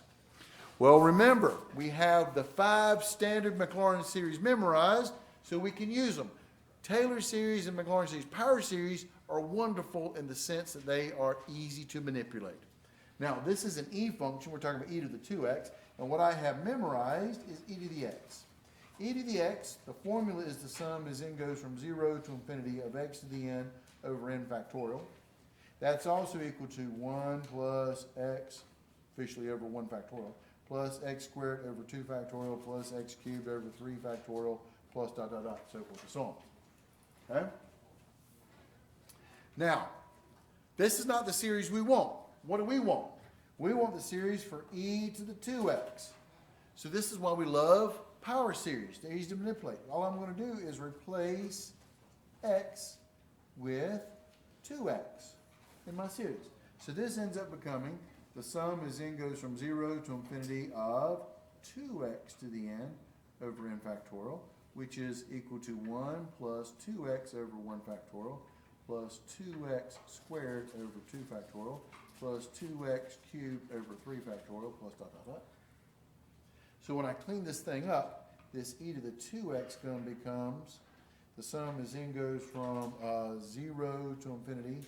Remember, strict multiplication division can distribute the powers. This is 2 to the n, x to the n, divided by n factorial, which is equal to 1 plus 2x over 1 factorial. 2x squared, 2 squared is 4, x squared over 2 factorial.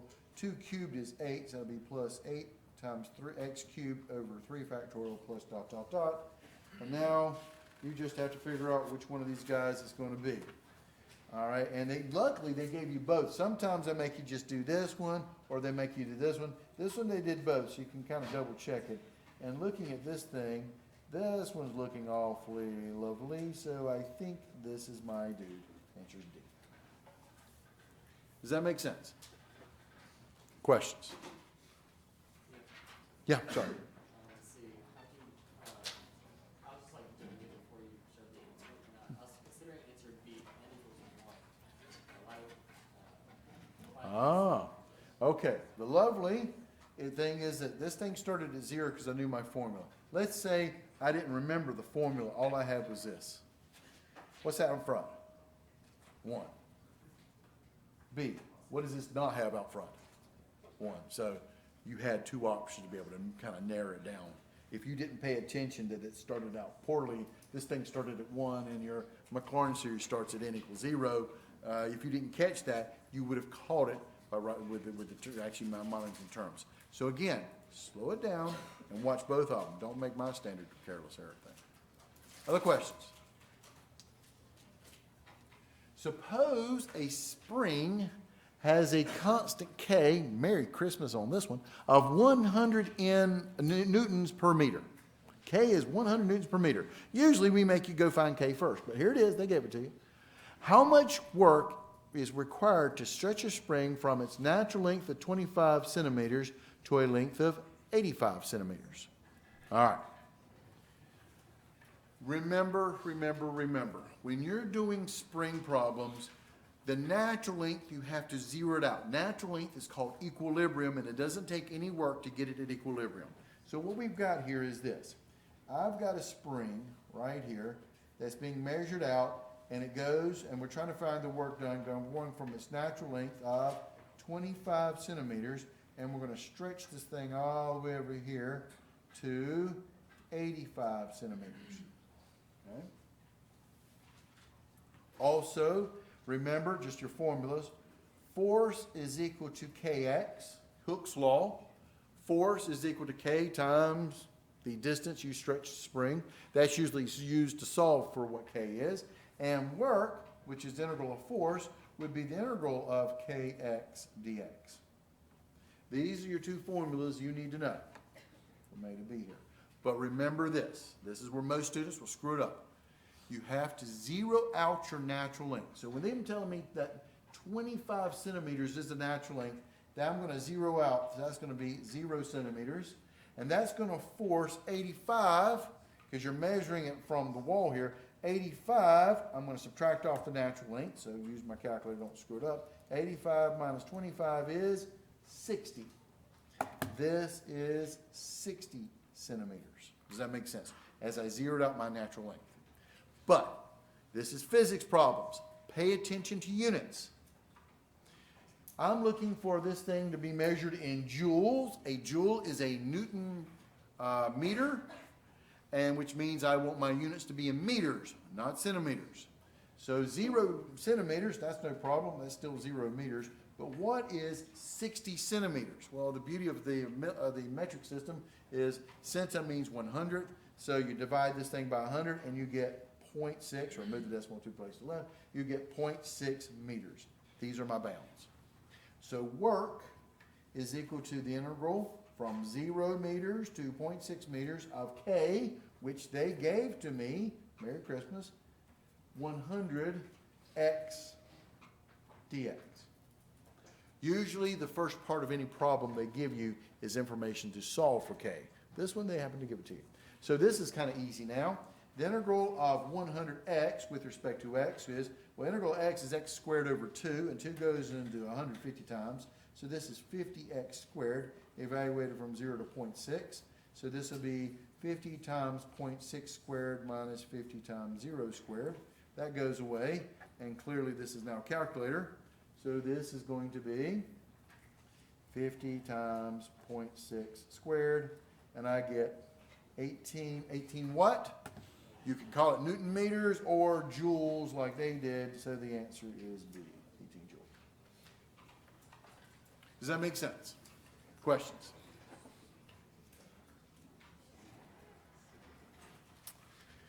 And hopefully the people that are in my class, and no doubt Desiree's class as well, but especially my class, looking at this particular exam, I hope you see why I chose the questions I did, because you saw a lot of the same style questions I did on your test number 4 is on this one. Here's another one. The P series, the sum of n goes from 1 to infinity of 1 over 2x plus 7 converges if and only if x is in the interval of what? What do we know about a P series? A P series, yes, question. Question on the previous problem. Yeah. Is there another formula for a spring that we should know? Or is it only those two? It's only those two, don't it? But there's two different types. Maybe you're referring to this. When you had to solve for K, yeah, I could either tell you that given the force, a certain force is required to stretch a spring so long, I put the force there and the X there, and then you can divide and solve for K. Or I could give you work.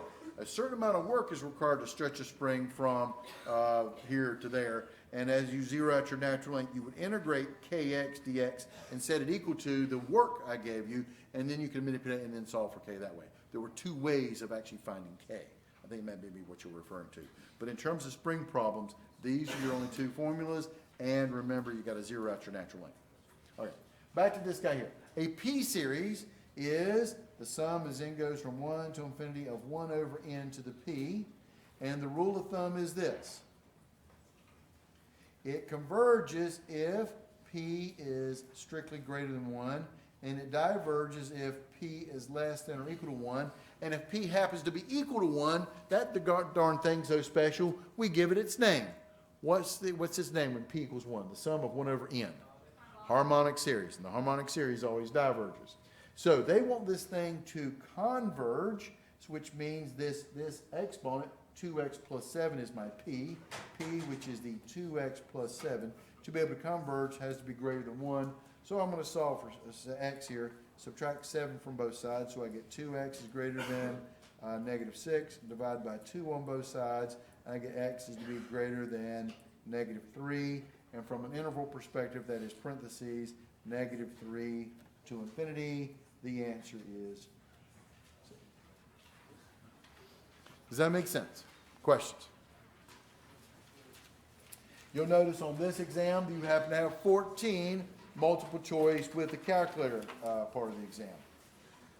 Now I'm moving on into the free response. The free response traditionally has 5 questions. Remember, you know something. Never leave anything blank. Sometimes, most times, we like to put in a problem on the free response part of the exam that is a problem that you've never seen before. That doesn't mean skip over and just ignore it and pray that everybody else does the same thing. No, what you're supposed to do is take your knowledge of Calculus 2 and apply it to a situation. And with your abilities, you should be able to formulate a solution and write it out in detail. That's what we want to see. That's what the engineering department wants to see. The math department, the biology department, the chemistry department, the physics department. This is the type of student that we want to see. A student that can figure it out. So remember that. Never leave anything blank. You know something about a problem. Even though this one's kind of weird to you, write what you know down and figure it out. Never leave anything blank. All right. So, also on the free response, be neat, be organized, circle your answers. Here we go.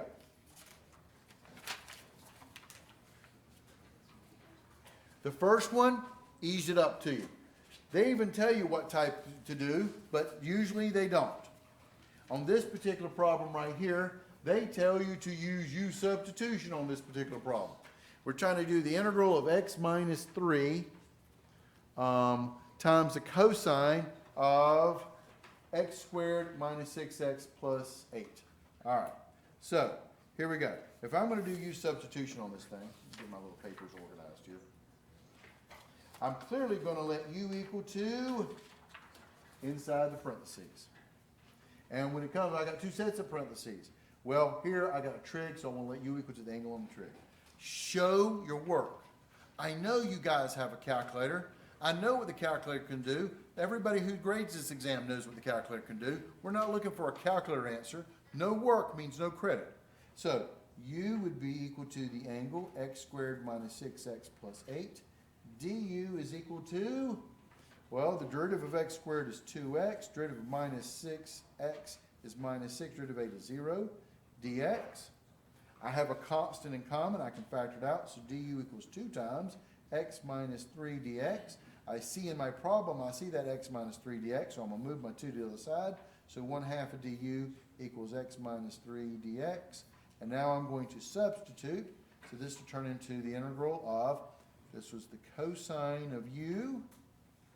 And the x minus 3 dx gets replaced with 1/2 du. 1/2 is a coefficient constant, so it goes out front, and the du always goes in the back on traditional integrals. So this problem turned into something nice. 1/2 the integral of cosine of u du. Now, pure memorization. This will be 1/2. What is the integral of cosine of u? Sine of u plus c. Don't forget your plus c. It's worth 10,000 points on this thing. And then the last thing I'm going to do is back substitute. That'll be 1/2 the sine of what was u? X squared minus 6x plus 8 plus c. And on this particular exam, not always, but on this exam, they gave me boxes to put my answers in. So use them.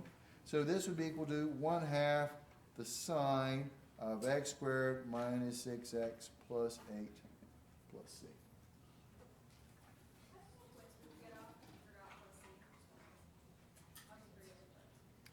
Typically these problems were worth, let's see, on this exam, I think we graded it out of 40 points, and we made them 8 points apiece.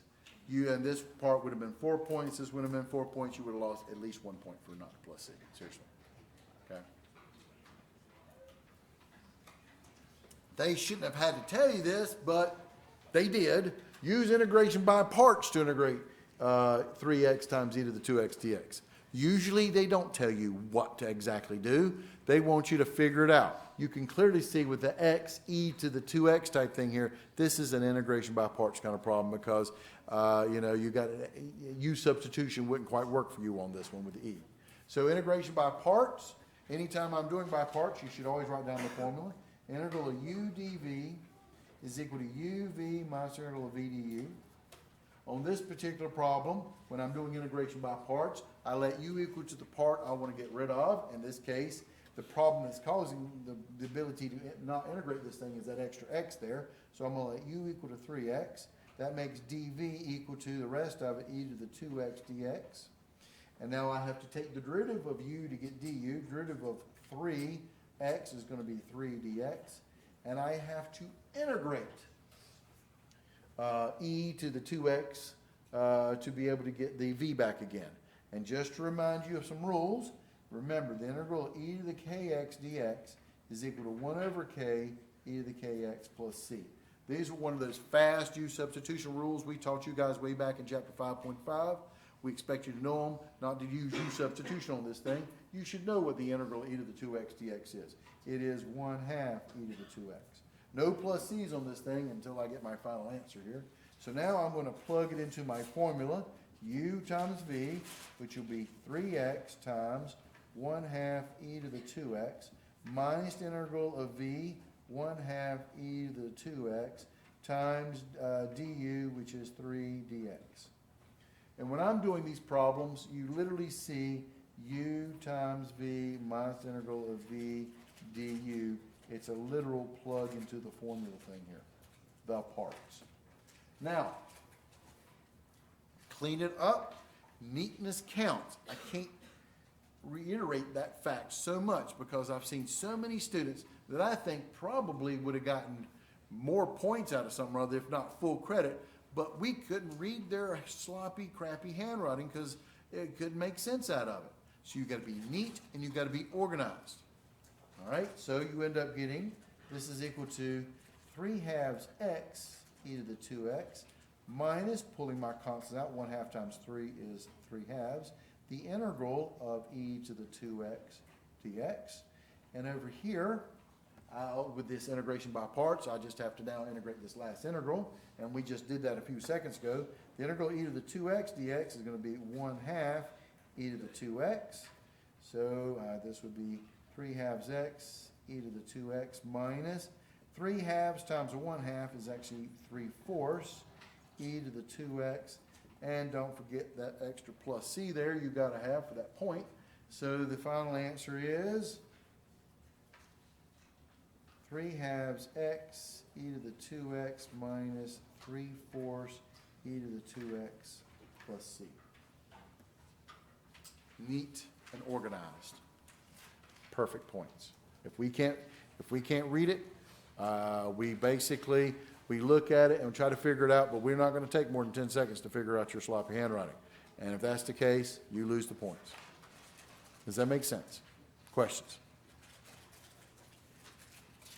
All right, turn page.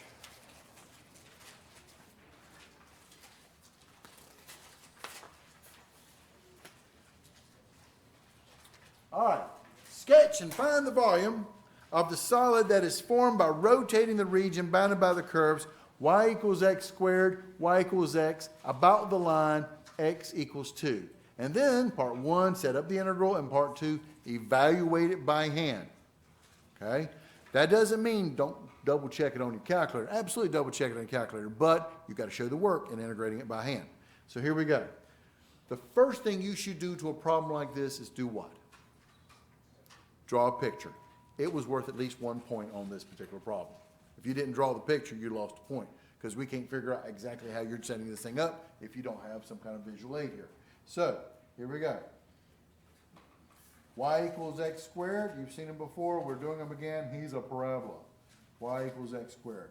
Y equals x is a line that goes from the third quadrant to the first quadrant. Here's the line y equals x. Looks like we're talking about this little slither region right there. Okay? This is your y-axis.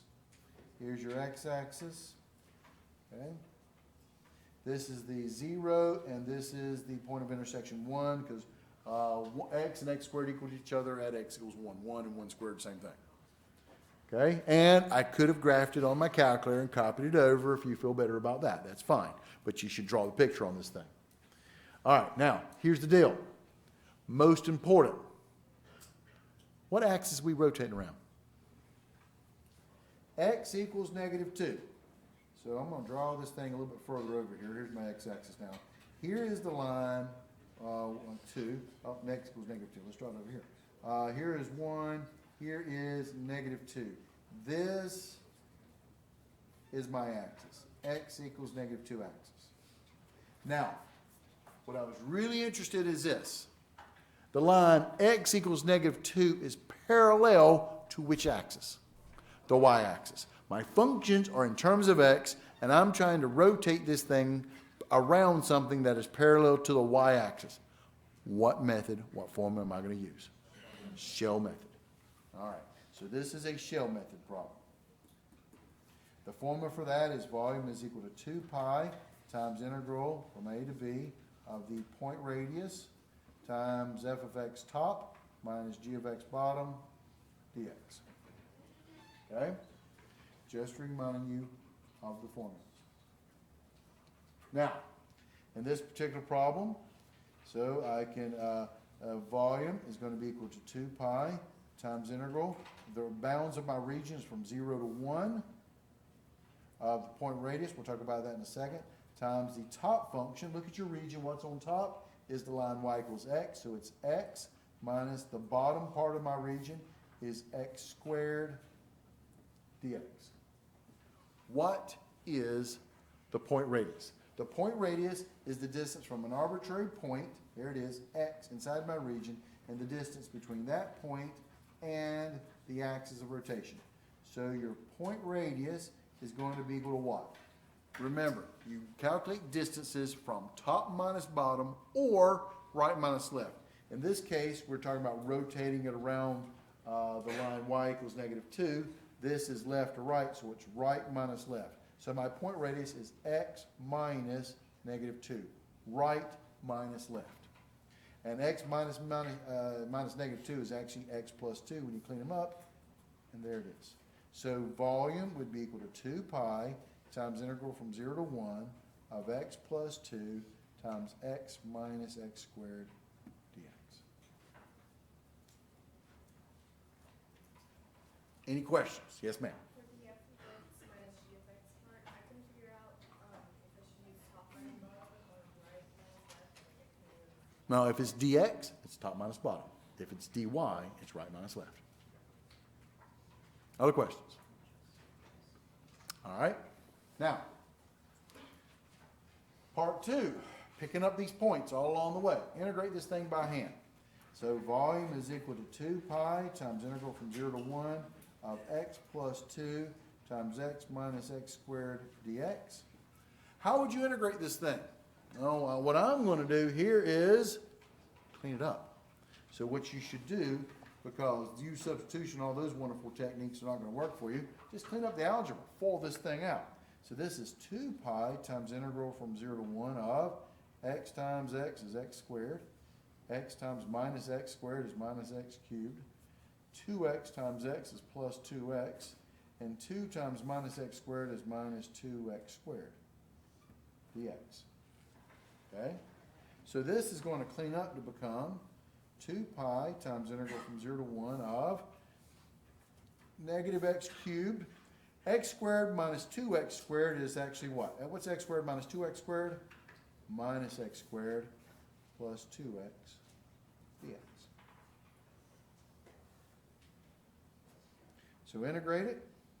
This will be equal to 2 pi times integral of negative x cubed is negative x to the 4th over 4. Minus the integral of x squared is x cubed over 3, plus the integral of 2x is x squared. It's 2 times x squared over 2, but the 2's cancel there. Evaluated from 0 to 1. So according to the fundamental theorem, plug in top minus plug in bottom. Volume is equal to 2 pi times plugging in 1. That would be minus 1/4. 1 to the 4th power is 1, negative that, negative 1/4. Minus 1 cubed is 1/3, plus 1 squared is 1. Sorry, minus 2 pi times, when I plug in 0, I got 0.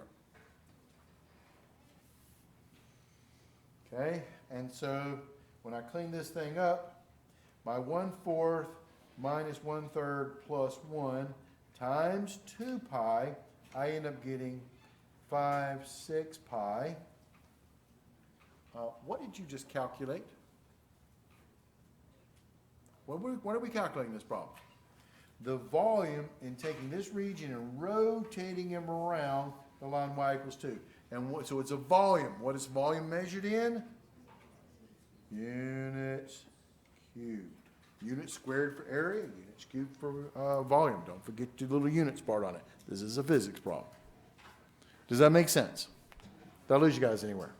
And then, of course, I'm going to take my handy-dandy graphing calculator here, and since I got bounds, I'm going to put 2 math number 9 integral from 0 to 1 of the original problem, which is parentheses x plus 2 times parentheses x minus x squared dx, and crossing my fingers and hoping it's 5/6 so I can stick the pi on it.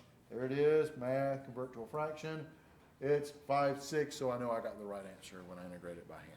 I do double check myself. Well, I mean, yes, even though it showed my work fine, but yeah, use your calculator, double check yourself. Everybody makes careless errors. All right. Here's one on this particular exam that was interesting and fun to grade. Because how many students just left it blank because they showed their ignorance? It was embarrassing. Let's read this problem and let's do it.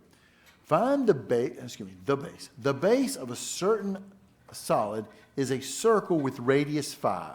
Cross sections are perpendicular to the x-axis or squares. Find the volume of the solid. Yep, and people are already panicking. I can feel it already on this particular problem. All right. What's the first thing you're going to do? Because it was worth points. Draw something or other. Don't leave something blank. You know something. Draw it. All right, so what we got here is this. Okay. I have a circle of radius 5. 5, 5, negative 5, negative 5. I have a circle. Okay. Y-axis, x-axis. All right. Now, quote, cross sections perpendicular to the x-axis. Here is my x-axis. If I am perpendicular to the x-axis, I slice it this way. I cut into the x-axis. So these are my slices. Okay? Perpendicular to the x-axis. If I slice into the x-axis, that also means I'm doing this is a delta x or dx kind of a problem because I'm slicing into the x-axis. Okay? And to remind you, this is that non-rotational volume stuff, and the formula for volume is the sum of the cross-section area times delta x or delta y, depending on how you slice. The way we slice this problem, this is a delta x problem. Does that make sense? Okay? Now, continue on. They said that the cross sections are squares. So we have little squares sticking out of this thing. So I'm just trying to draw some squares out of this guy. And that's the last one I'm going to draw right here. They're squares. Does that make sense? And sticking out of the page, that makes it the volume part of this thing. Does that make sense? They're squares. And what is the area of a squared? A square? Well, a square is side by side. Sides are the same, right? So the area is side squared. Did I lose you guys anywhere? Now, what's a side?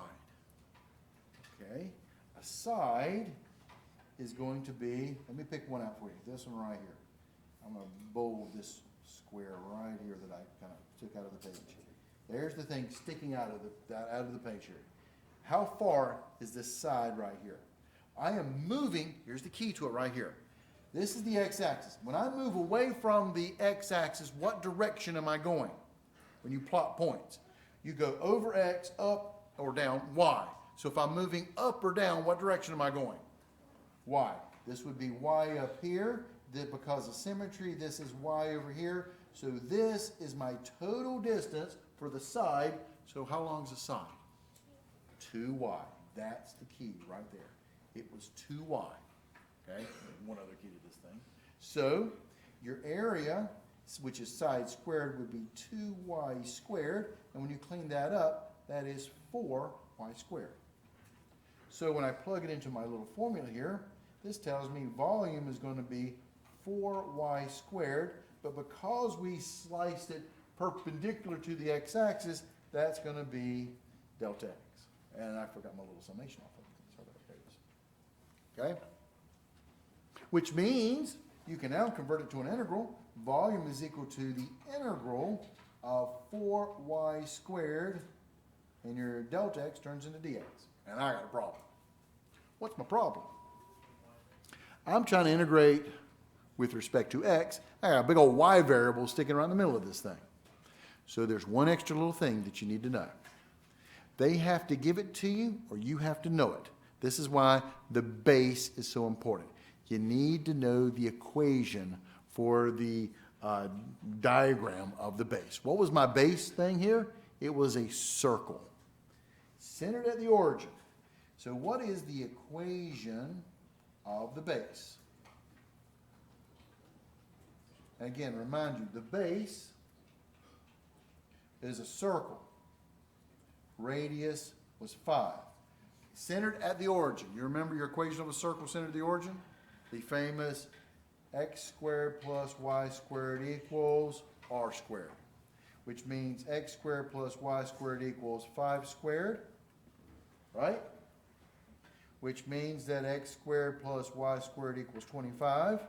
And I want to solve for y squared because I want to convert it in terms of x. This means y squared equals 25 minus x squared. And I'm going to dot that guy because that's the key also of plugging him right in here. Does that make sense? So you end up getting volume is equal to the integral of 4 times y squared, but y squared is 25 minus x squared dx. And the only thing that's missing is the bounds. What's my bounds? Where am I integrating from and to? Well, this is dx, so these have to be x numbers. Where are my x numbers at this thing? We're filling up this entire circle with little squares, so I'm integrating it from where to where?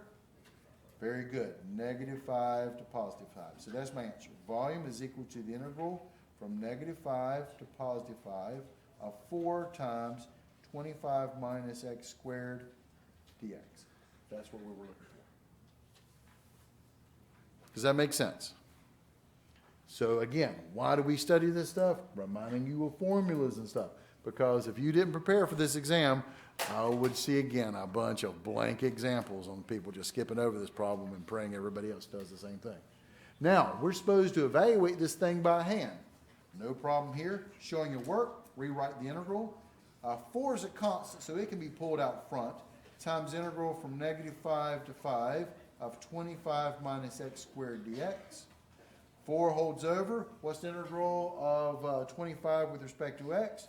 Would be 25x. Minus the integral of x squared is x cubed over 3. Evaluated from -5 to +5. So this would be volume equals 4 times fundamental theorem of calculus plug in top.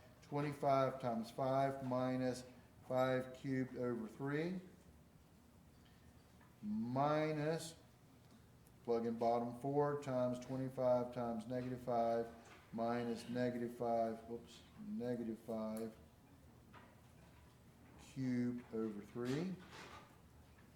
And then I end up plugging this in my calculator. I got 4 times, this is 250 thirds. Minus 4 times, plug that in my calculator, I got a -250 thirds, which is equal to, for you decimal fans, 666.667, or for you fraction fans, 2,000 thirds. So we would accept either one of those answers. If you put 666.6667, that's fine, or 2,000 thirds, but don't forget this. What did you just find? Volume. How's volume? What's volume measured in terms of units? Units cubed. Remember the physics. Units cubed. Does that make sense? Did I lose you guys anywhere? And what's the last thing I would do to this problem? Because I've got a brain and a calculator here. I showed my work, and I did that, but then I'm going to go back and double check it by hand. So this would be math number 9, integral from -5 to +5 of 4 times 25 minus x squared, close parentheses, dx. And I should get 666.6667, or for you math fraction fans, there it is. Does that make sense? Questions? Do double check stuff on your calculator. Even though they say use by hand. Yeah, absolutely. I will show you by hand, but watch the careless errors. All right, so here comes another one. Make sure you have those rules memorized. Here it comes. The integral of from -2 to 4 of natural log of x dx is estimated by using Simpson's rule. Find S4 from 2 to 4. You may use your calculator to evaluate it, but to receive full credit, the complete equation must be shown. Round your answers off to 5 decimal places. Yeah, this is a Simpson's rule problem. And you and I both know what everybody's going to do. They're going to chunk this function into their calculator. They're going to hit that Riemann program, chunk an answer right here without any work at all. And we have to take extra points off because you just wasted our time for that kind of crap. So, show your work. No work means no credit. So, first things first. All right. In this particular problem, this tells me A is equal to 2, B is equal to 4, because I'm integrating from 2 to 4. My function f of x is the natural log of x. All right, just setting myself up here. We want to find S4. So for S4, we're talking about n equals 4. Okay? And you still have to calculate your delta x. The formula for delta x is equal to b minus a divided by n. And I got my a and b off my integral. So this will be a 4 minus 2 divided by n, which is 4. 4 minus 2 is 2 divided by 4. That's 1/2. Delta x is equal to 1/2.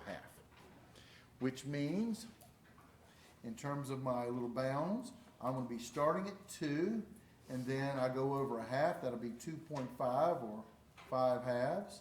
I go over another 1/2, and I get 3. Another 1/2, which becomes 7/2, and another 1/2 becomes 4. And 1, 2, 3, there's my 4 partitions, and these are my endpoints of my partitions. This is what we were looking for full credit on this problem. What do we have to show? So for S4, the first thing you need to do is the ability to write down Simpson's rule. What's Simpson's rule? It is delta x divided by 3 times f of a plus 4 times f of x1 plus 2 times f of x2 plus 4 times f of x3 plus plus 4 times f of xn minus 1 plus f of b. Write down the formula. Remember, it's f of a plus 4, 2, 4, 2, 4, 2, 4, and then your endpoint f of b. It's a 4, 2, 4, 2. I'm trying to emphasize that with you guys writing it over there. Okay, this is Simpson's rule. So, for S4, delta x is equal to what? 1/2 divided by 3 times f of a, your a point was 2, plus 4 times f of your first internal point, which is 5/2, plus 2 times your next internal point, which was 3, plus 4 times your next internal point, which is 7/2, plus your last point, which is b. You don't put a coefficient in front of that, and it's to be 1. That'll be f of 4. We wanted to see this. But wait, this isn't good enough for showing work. We want to show, you got to show us what you're actually plugging into the calculator without the program. So this would be equal to 1/6, 1/2 divided by 3 is 1/6, times f of 2. But remember, f of x was the natural log of x. So we're talking about the natural log of 2 plus 4 times the natural log of 5/2 plus 2 times the natural log of 3 plus 4 times the natural log of 7/2 plus the natural log of 4. That right there is the resulting work we wanted to see. We needed to see that. Don't stop here and then have an answer in the calculator. We didn't give you full credit for that. We gave you very little credit for that. You had to see it here. Because this is what I would type into my calculator, which is, I'm just going to prove it to you, parentheses around fractions, 1/6 times the natural log of 2 plus 4 natural log of 5/2 plus 2 natural log of 3 plus 4 natural log, plus 4 natural log of 7/2 plus the natural log of 4, close parentheses, enter it, and I got 2.15881347. Does that make sense? I did it on my calculator. Now, here's the question.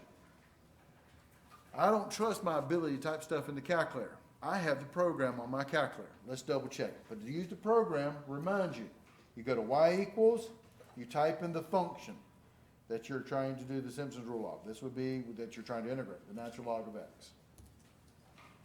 Second quit. I'm going to go to program. I got lots of programs on mine. I'm going to scroll down to the old Riemann sum program here. There's Riemann, number 0 for me. And I hit enter. What is my A? What was my lower bound? 2. What was B? 4. Here's the $64 question. What is in on the programming that I can actually get their Simpsons rule?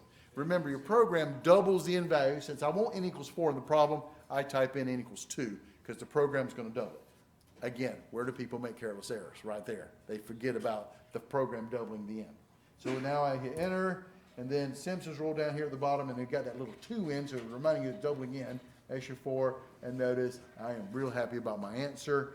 And then, of course, we accepted this, but they did say round it off to what, 5 decimal places? 1, 2, 3, 4, 5.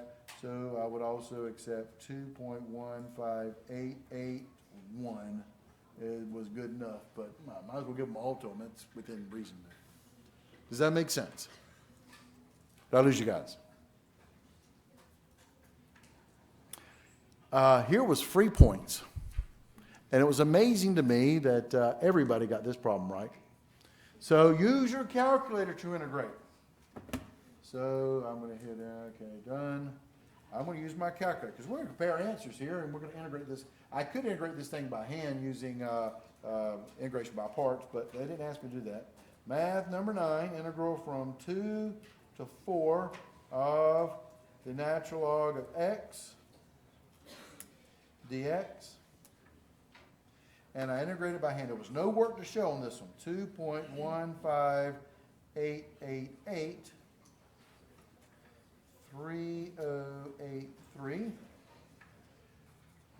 Again, rounding it to your 5 decimal place type concept here would be 2.15888. That's pretty much all you had to show for that particular problem. There was no work done, so you notice you didn't really have any room to do any work there. Okay?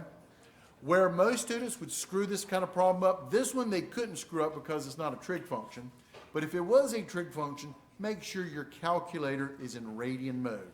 Don't do this kind of stuff on the calculator in degree mode. When you've got trig functions, you get wrong answers all over the place. Check it out, radian mode. All right, part C to this problem. Find an upper bound using the formula, and this was nice, they gave it to you. I can't promise you that. Make sure you know the error bound formulas for Simpson's rule, trapezoidal rule, and midpoint rule. For Simpson's rule, it's k times b minus a to the 5th over 180 n to the 4th. For trapezoidal rule, it is k times b minus a cubed over 12 n squared. And for the midpoint rule, it's k times b minus a cubed over 24 n squared. Does that ring a bell? Make sure you guys know those. But we gave you this one on this test, so don't bank on that anytime soon. So where k is the maximum value of the fourth derivative, absolute value of the fourth derivative of x is less than or equal to k, for before x is less than or equal to a is less than or equal to x is less than or equal to b. You know where students screwed this problem up at? They couldn't figure out what k was. It was kind of sad, because it's a Calc 2 problem to find k. What was my function? What was my function? Natural log of x. You got to have the fourth derivative. What is the first derivative of the natural log of x? You got to start off on the right pattern here. What's the first derivative? 1 over x, also known as x to the negative 1. That's where people died because they couldn't get down to the second derivative. What's the second derivative? That's negative 1x to the negative 2. What's the third derivative? 2x to the negative 3. What's the fourth derivative? Negative 6x to negative 4, or negative 6 over x to the 4th. How do I find k? Remember, your bounds are between 2 and 4. The easiest way to find this thing is graph it. Between 2 and 4. Y equals cleared out. The graph the fourth derivative, which is negative 6 divided by x, negative 6 divided by x to the 4th power there, okay? And all I care about is between 2 and 4. So I'm going to go from like 0 to 5, and I'm going to do a zoom 0 on this thing, and I see something like that. And then I'm going to go back and just do my things here. So x is kind of a little ridiculous there at 0. Let's try this. Let's try like I don't know, negative 10 or something like that. Here's my graph. It does that. Does that make sense? Just trying to get a good picture of this thing. It does this. Now, we want to plot some points. Plug in 2 and plug in 4. All right, so here we go. Well, I can do this graph. Second, calculate the value at 2, and I get negative 0.375. So over here would be negative 0.375. And I plug in 4 into this thing, 4, and I get negative 0.0234.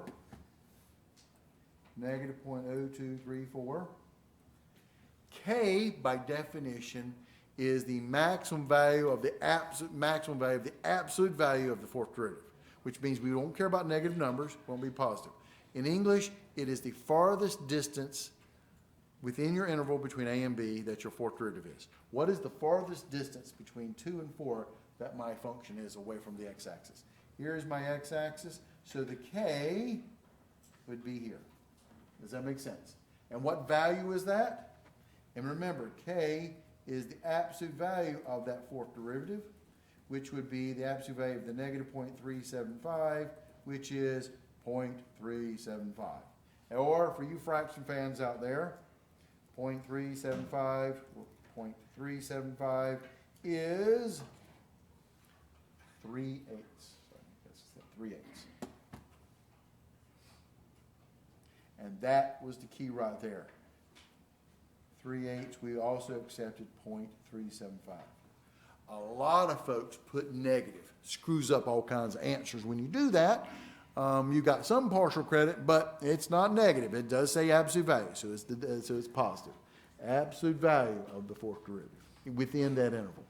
All right, so there is your K value. Now you had to plug in for part B the formula. The absolute value of the error for Simpson's rule is less than or equal to K, which is 3/8 times B minus A. A is 2, B is 4, so it'll be 4 minus 2 raised to the 5th power divided by 180 n to the 4th. In this problem, n was equal to 4, so it'll be 4 to the 4th power.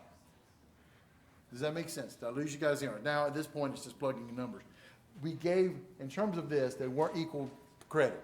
You got more credit for doing K than ES, because ES is just plugging into the formula. But you had to get K right first. So here I go to plug it into my calculator. Parentheses run fractions. 3 divided by 8 times 4 minus 2 raised to the 5th power. Over error divided by parentheses run your denominator. 180 times parentheses 4 to the 4th, and then close parentheses for the denominator, and I end up getting 2.60416667 E negative 4. What does that E negative 4 actually tell you? I'm going to move that decimal 4 places to the left. That makes it 0.0002604166667. And so there's my answer for E has to be less than, or absolute value of ES is less than or equal to 0.00026. So I know this thing's accurate to at least 3 decimal places. So what's my ES here? And did they say how many bounds on this thing? Nope, pretty much. So give them all the answers here. 0.0002604166667. There you go. Does that make sense? Questions?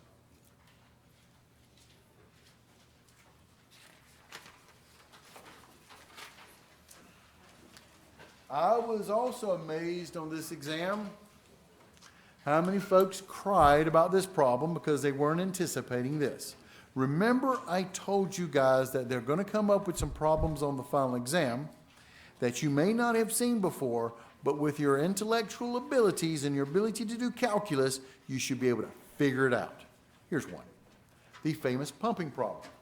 The region bound by the graphs y equals x squared and y equals 10, units given in meters, is rotated about the y-axis to form a parabolic-shaped tank.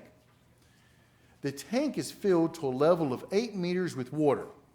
Find the work required in emptying the tank of pumping all the water over the side of the tank. The density of water is 1,000 kilograms per meter cubed, and the gravitational constant is 9.8 meters per second squared. This is your classic pumping problem. What frustrated people on this exam was, I haven't seen a tank like this before. No, it wasn't a V-shaped tank. It wasn't a trough-shaped tank. It wasn't a cylinder. It wasn't a cone. Yeah, we've done hemispherical. We've done so many shaped tanks. They threw a parabolic-shaped tank out. Something different. You should be able to figure it out. All right, so first things first. What are you going to do on any kind of pumping problem? Draw a picture. Draw the tank. And you got to put your coordinate axis on this thing. So first thing I'm going to do is draw my parabolic-shaped tank here. And I'm going to center about the y-axis because it's symmetric with respect to the y-axis. So it's a parabola because they even gave me the equation. It's y equals x squared. Here is y equals x squared. They gave that to me. Here is the line, y equals 10. So here is the actual the cross section of the tank, and they quote unquote rotated it. This gives you that three-dimensional shape here. So they rotated around the y-axis. So you got this type of thing here going on here, and it's rotated. Okay. And now here's the deal. Where is the water located at? Draw everything. Now the tank is at the top here, which is located at 10. The water is filled to a level of what? 8 meters. Here is 8 meters, and I'm going to draw a little line right here. I'm going to bolt it in. This is the top of the water. Does that make sense? Now, here we go. Our target is to, quote, pump the water over the top of the side of the tank. What are my formula for calculating pumping tank problems? Well, you've got to know your formulas. Work is equal to the sum of the delta force times the distance that you have to pump, where your delta force is equal to water weight times your delta volume slice. Okay? Bless you. Here we go. What does water weigh in this problem, and how do you know? 9,800 newtons per meter cubed. How do you know? So your delta force is equal to 9,800 newtons per meter cubed. You get that from taking the density of water, 1,000 kilograms per meter cubed, and multiplying it times your gravitational constant of 9.8 gives you your 9,800. But this is the number you should have memorized to begin with. What is it for the English Standard System? 62.5 pounds per foot cubed. Things we know. All right. Then I got to do times my delta volume slice. So I'm going to come over here somewhere on the y-axis and make a little delta volume slice. And here's me slicing it right here. And I'm going to pull. Remember, this thing is been rotated. So when I pull it out, it's going to look like a disc. It is delta y tall. The volume of a disk, your delta volume, is going to be pi r squared h. The height is delta y. What is my radius? What is the radius on this thing? Well, the radius is right here. But when you move away from the y-axis, what direction do you go into? X. So your radius would have to be equal to x. So your delta volume is going to be pi x squared delta y. So my delta force is going to be water weight, 9,800, times your delta volume, which is pi x squared delta y. So work, which is equal to the sum of your delta force. Your delta force is 9,800 pi x squared delta y times the distance that you have to pump. What is the distance I have to pump? Well, this slice we made was at an arbitrary y level.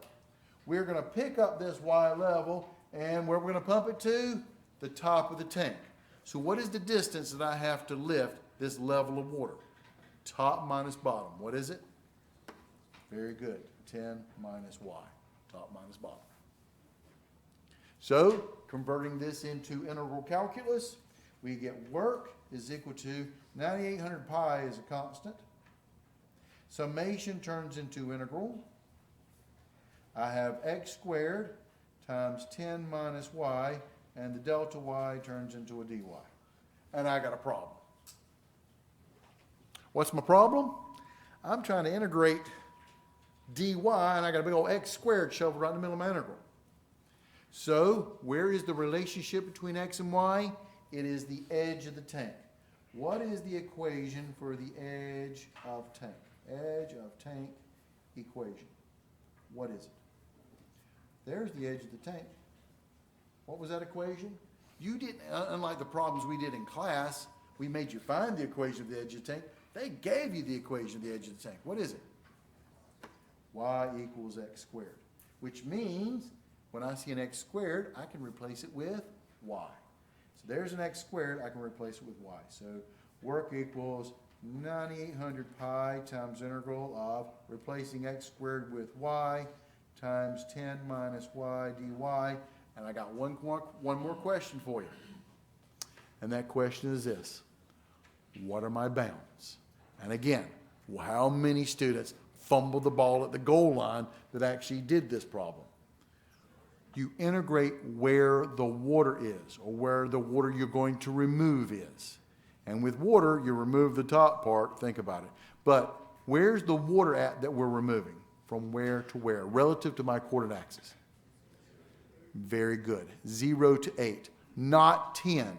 10 is the top of the tank, but look at it. There's no water up there. The water is between 0 and 8.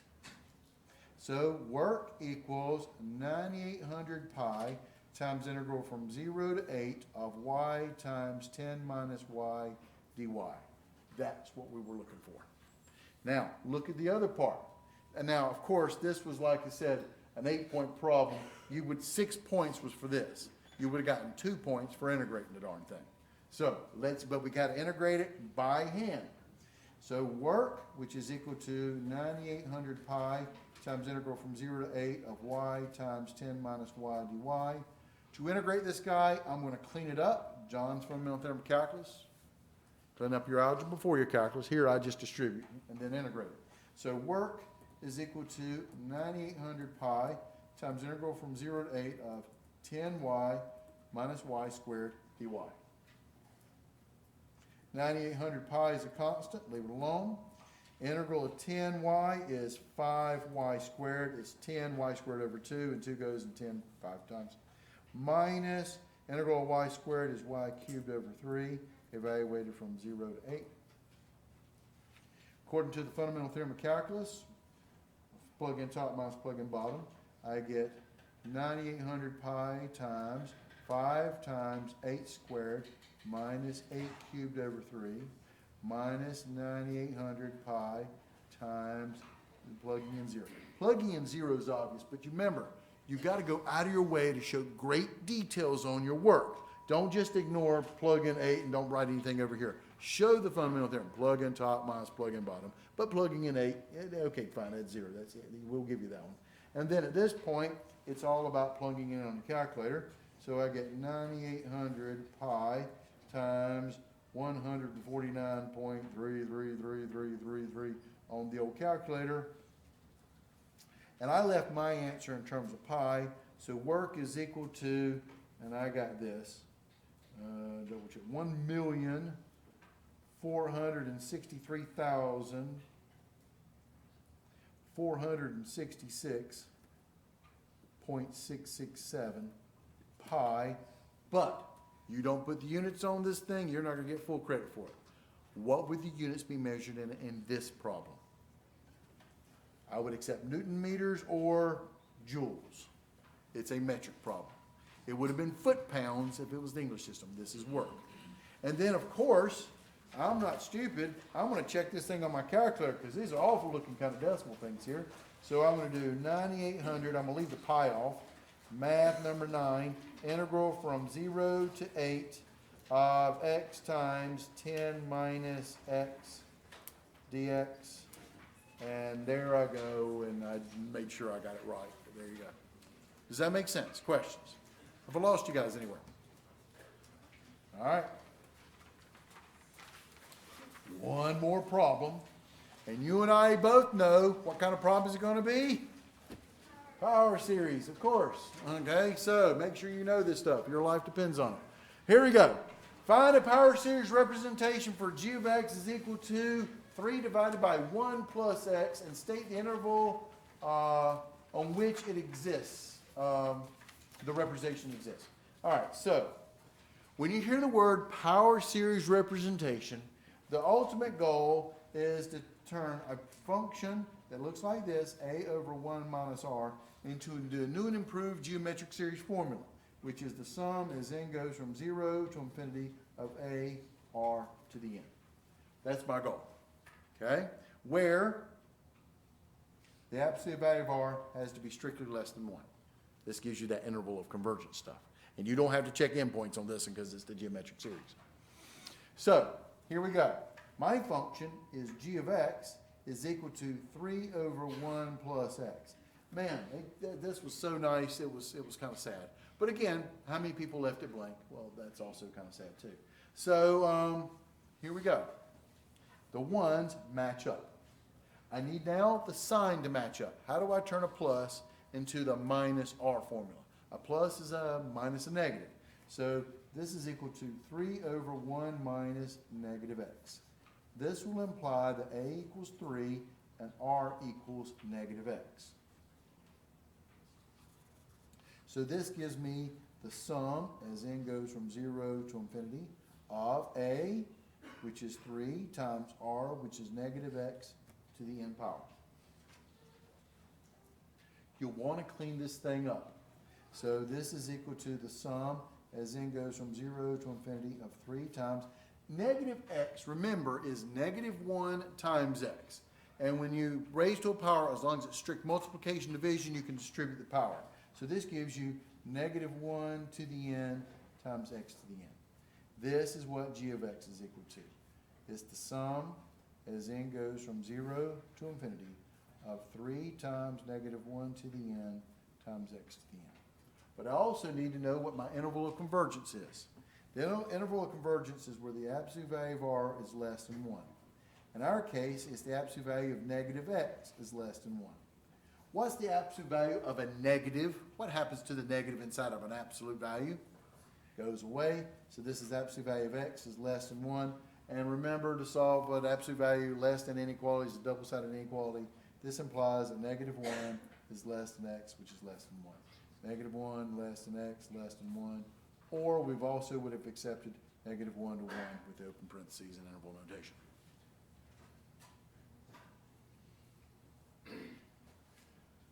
Okay, so now look at part B.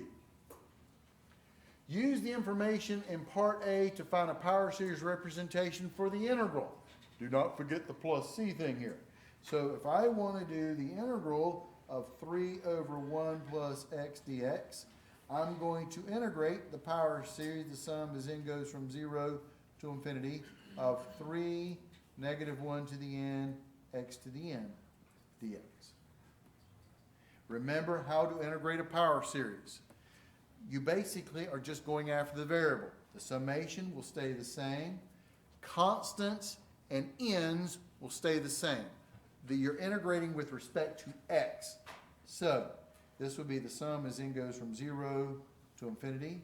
The 3 will stay there. The negative 1 to the n will stay there. There's your x. And it's just a formula. What is the integral of x to the n? It's something you memorize from chapter 4.7 in Calculus 1. What's the integral of x to a power? Add 1 over add 1. It's x to the n plus 1 over n plus 1. And because I don't have any bounds on this thing, one big old plus c on it. So this is my power series representation for the integral. It's the sum as n goes from 0 to infinity of 3 times negative 1 to the n, x to the n plus 1 over n plus 1. And don't forget the plus c. And there. All right, and now there is part 3. Use the first 3 terms in the expansion to give an estimate for the integral from 0 to 2 of 3 over 1 plus x dx. All right, 3 terms. So remember, the integral from 0 to 2 of 3 over 1 plus x dx is equal to, remember, when we integrated this guy, we have the series for it. This is equal to the sum as n goes from 0 to infinity of 3 times negative 1 to the n, x to the n plus 1 over n plus 1. No plus c's because we got bounds from 0 to 2. But now I'm going to take this guy right here and write out 3 terms. Does that make sense? What does n start with on this series? N starts at what? 0. This would be 3. Negative 1 to the 0. Anything to 0 power is 1. 0 plus 1 is 1. 0 plus 1 is 1. That'll be just 3x. There's one term. This is for your benefit. N equals 0. Plus n equals 1. Plugging in equals 1, that'll be 3 times negative 1 to the first is negative 1. 1 plus 1 is 2. That'll be x squared over 1 plus 1 is 2. And then n equals 2. That'll be plus. That'll be 3. Negative 1 squared is positive 1. 2 plus 1 is 3. X cubed over 3. Plus dot, dot, dot, of course. But there is the first 3 non-zero terms. Because I started at 0, all I have to do is end at 2 to get the 3 terms. Okay? And again, we're going to evaluate this from 0 to 2. Cleaning this up, this is 3x minus 3x squared divided by 2 plus 3x cubed divided by 3 plus dot, dot, dot, evaluated from 0 to 2. And according to the fundamental theorem of calculus, we're going to plug in top minus plug in bottom. This would be equal to 3 times 2 minus 3 times 2 squared over 2 plus 3 times 2 cubed over 3. 3 terms. Minus, when I plug in 0 in all my series, I'm going to get 0. So I'm just going to add up the first 3 terms. And what do I get when I add up the first 3 terms? It was actually kind of sad here. Let me show you. Okay. What do I get? What is 3 times 2? 6 minus 3 times 2 squared is 4 divided by 2. Yeah, I could do some of this in my head, but who cares? Plus 3 times 2 cubed is 8 divided by 3. What do I get? 8. Now, again, I will have to admit to you, this bothered me because what do they tell me to do with the answer? Round to 3 decimal places. Okay.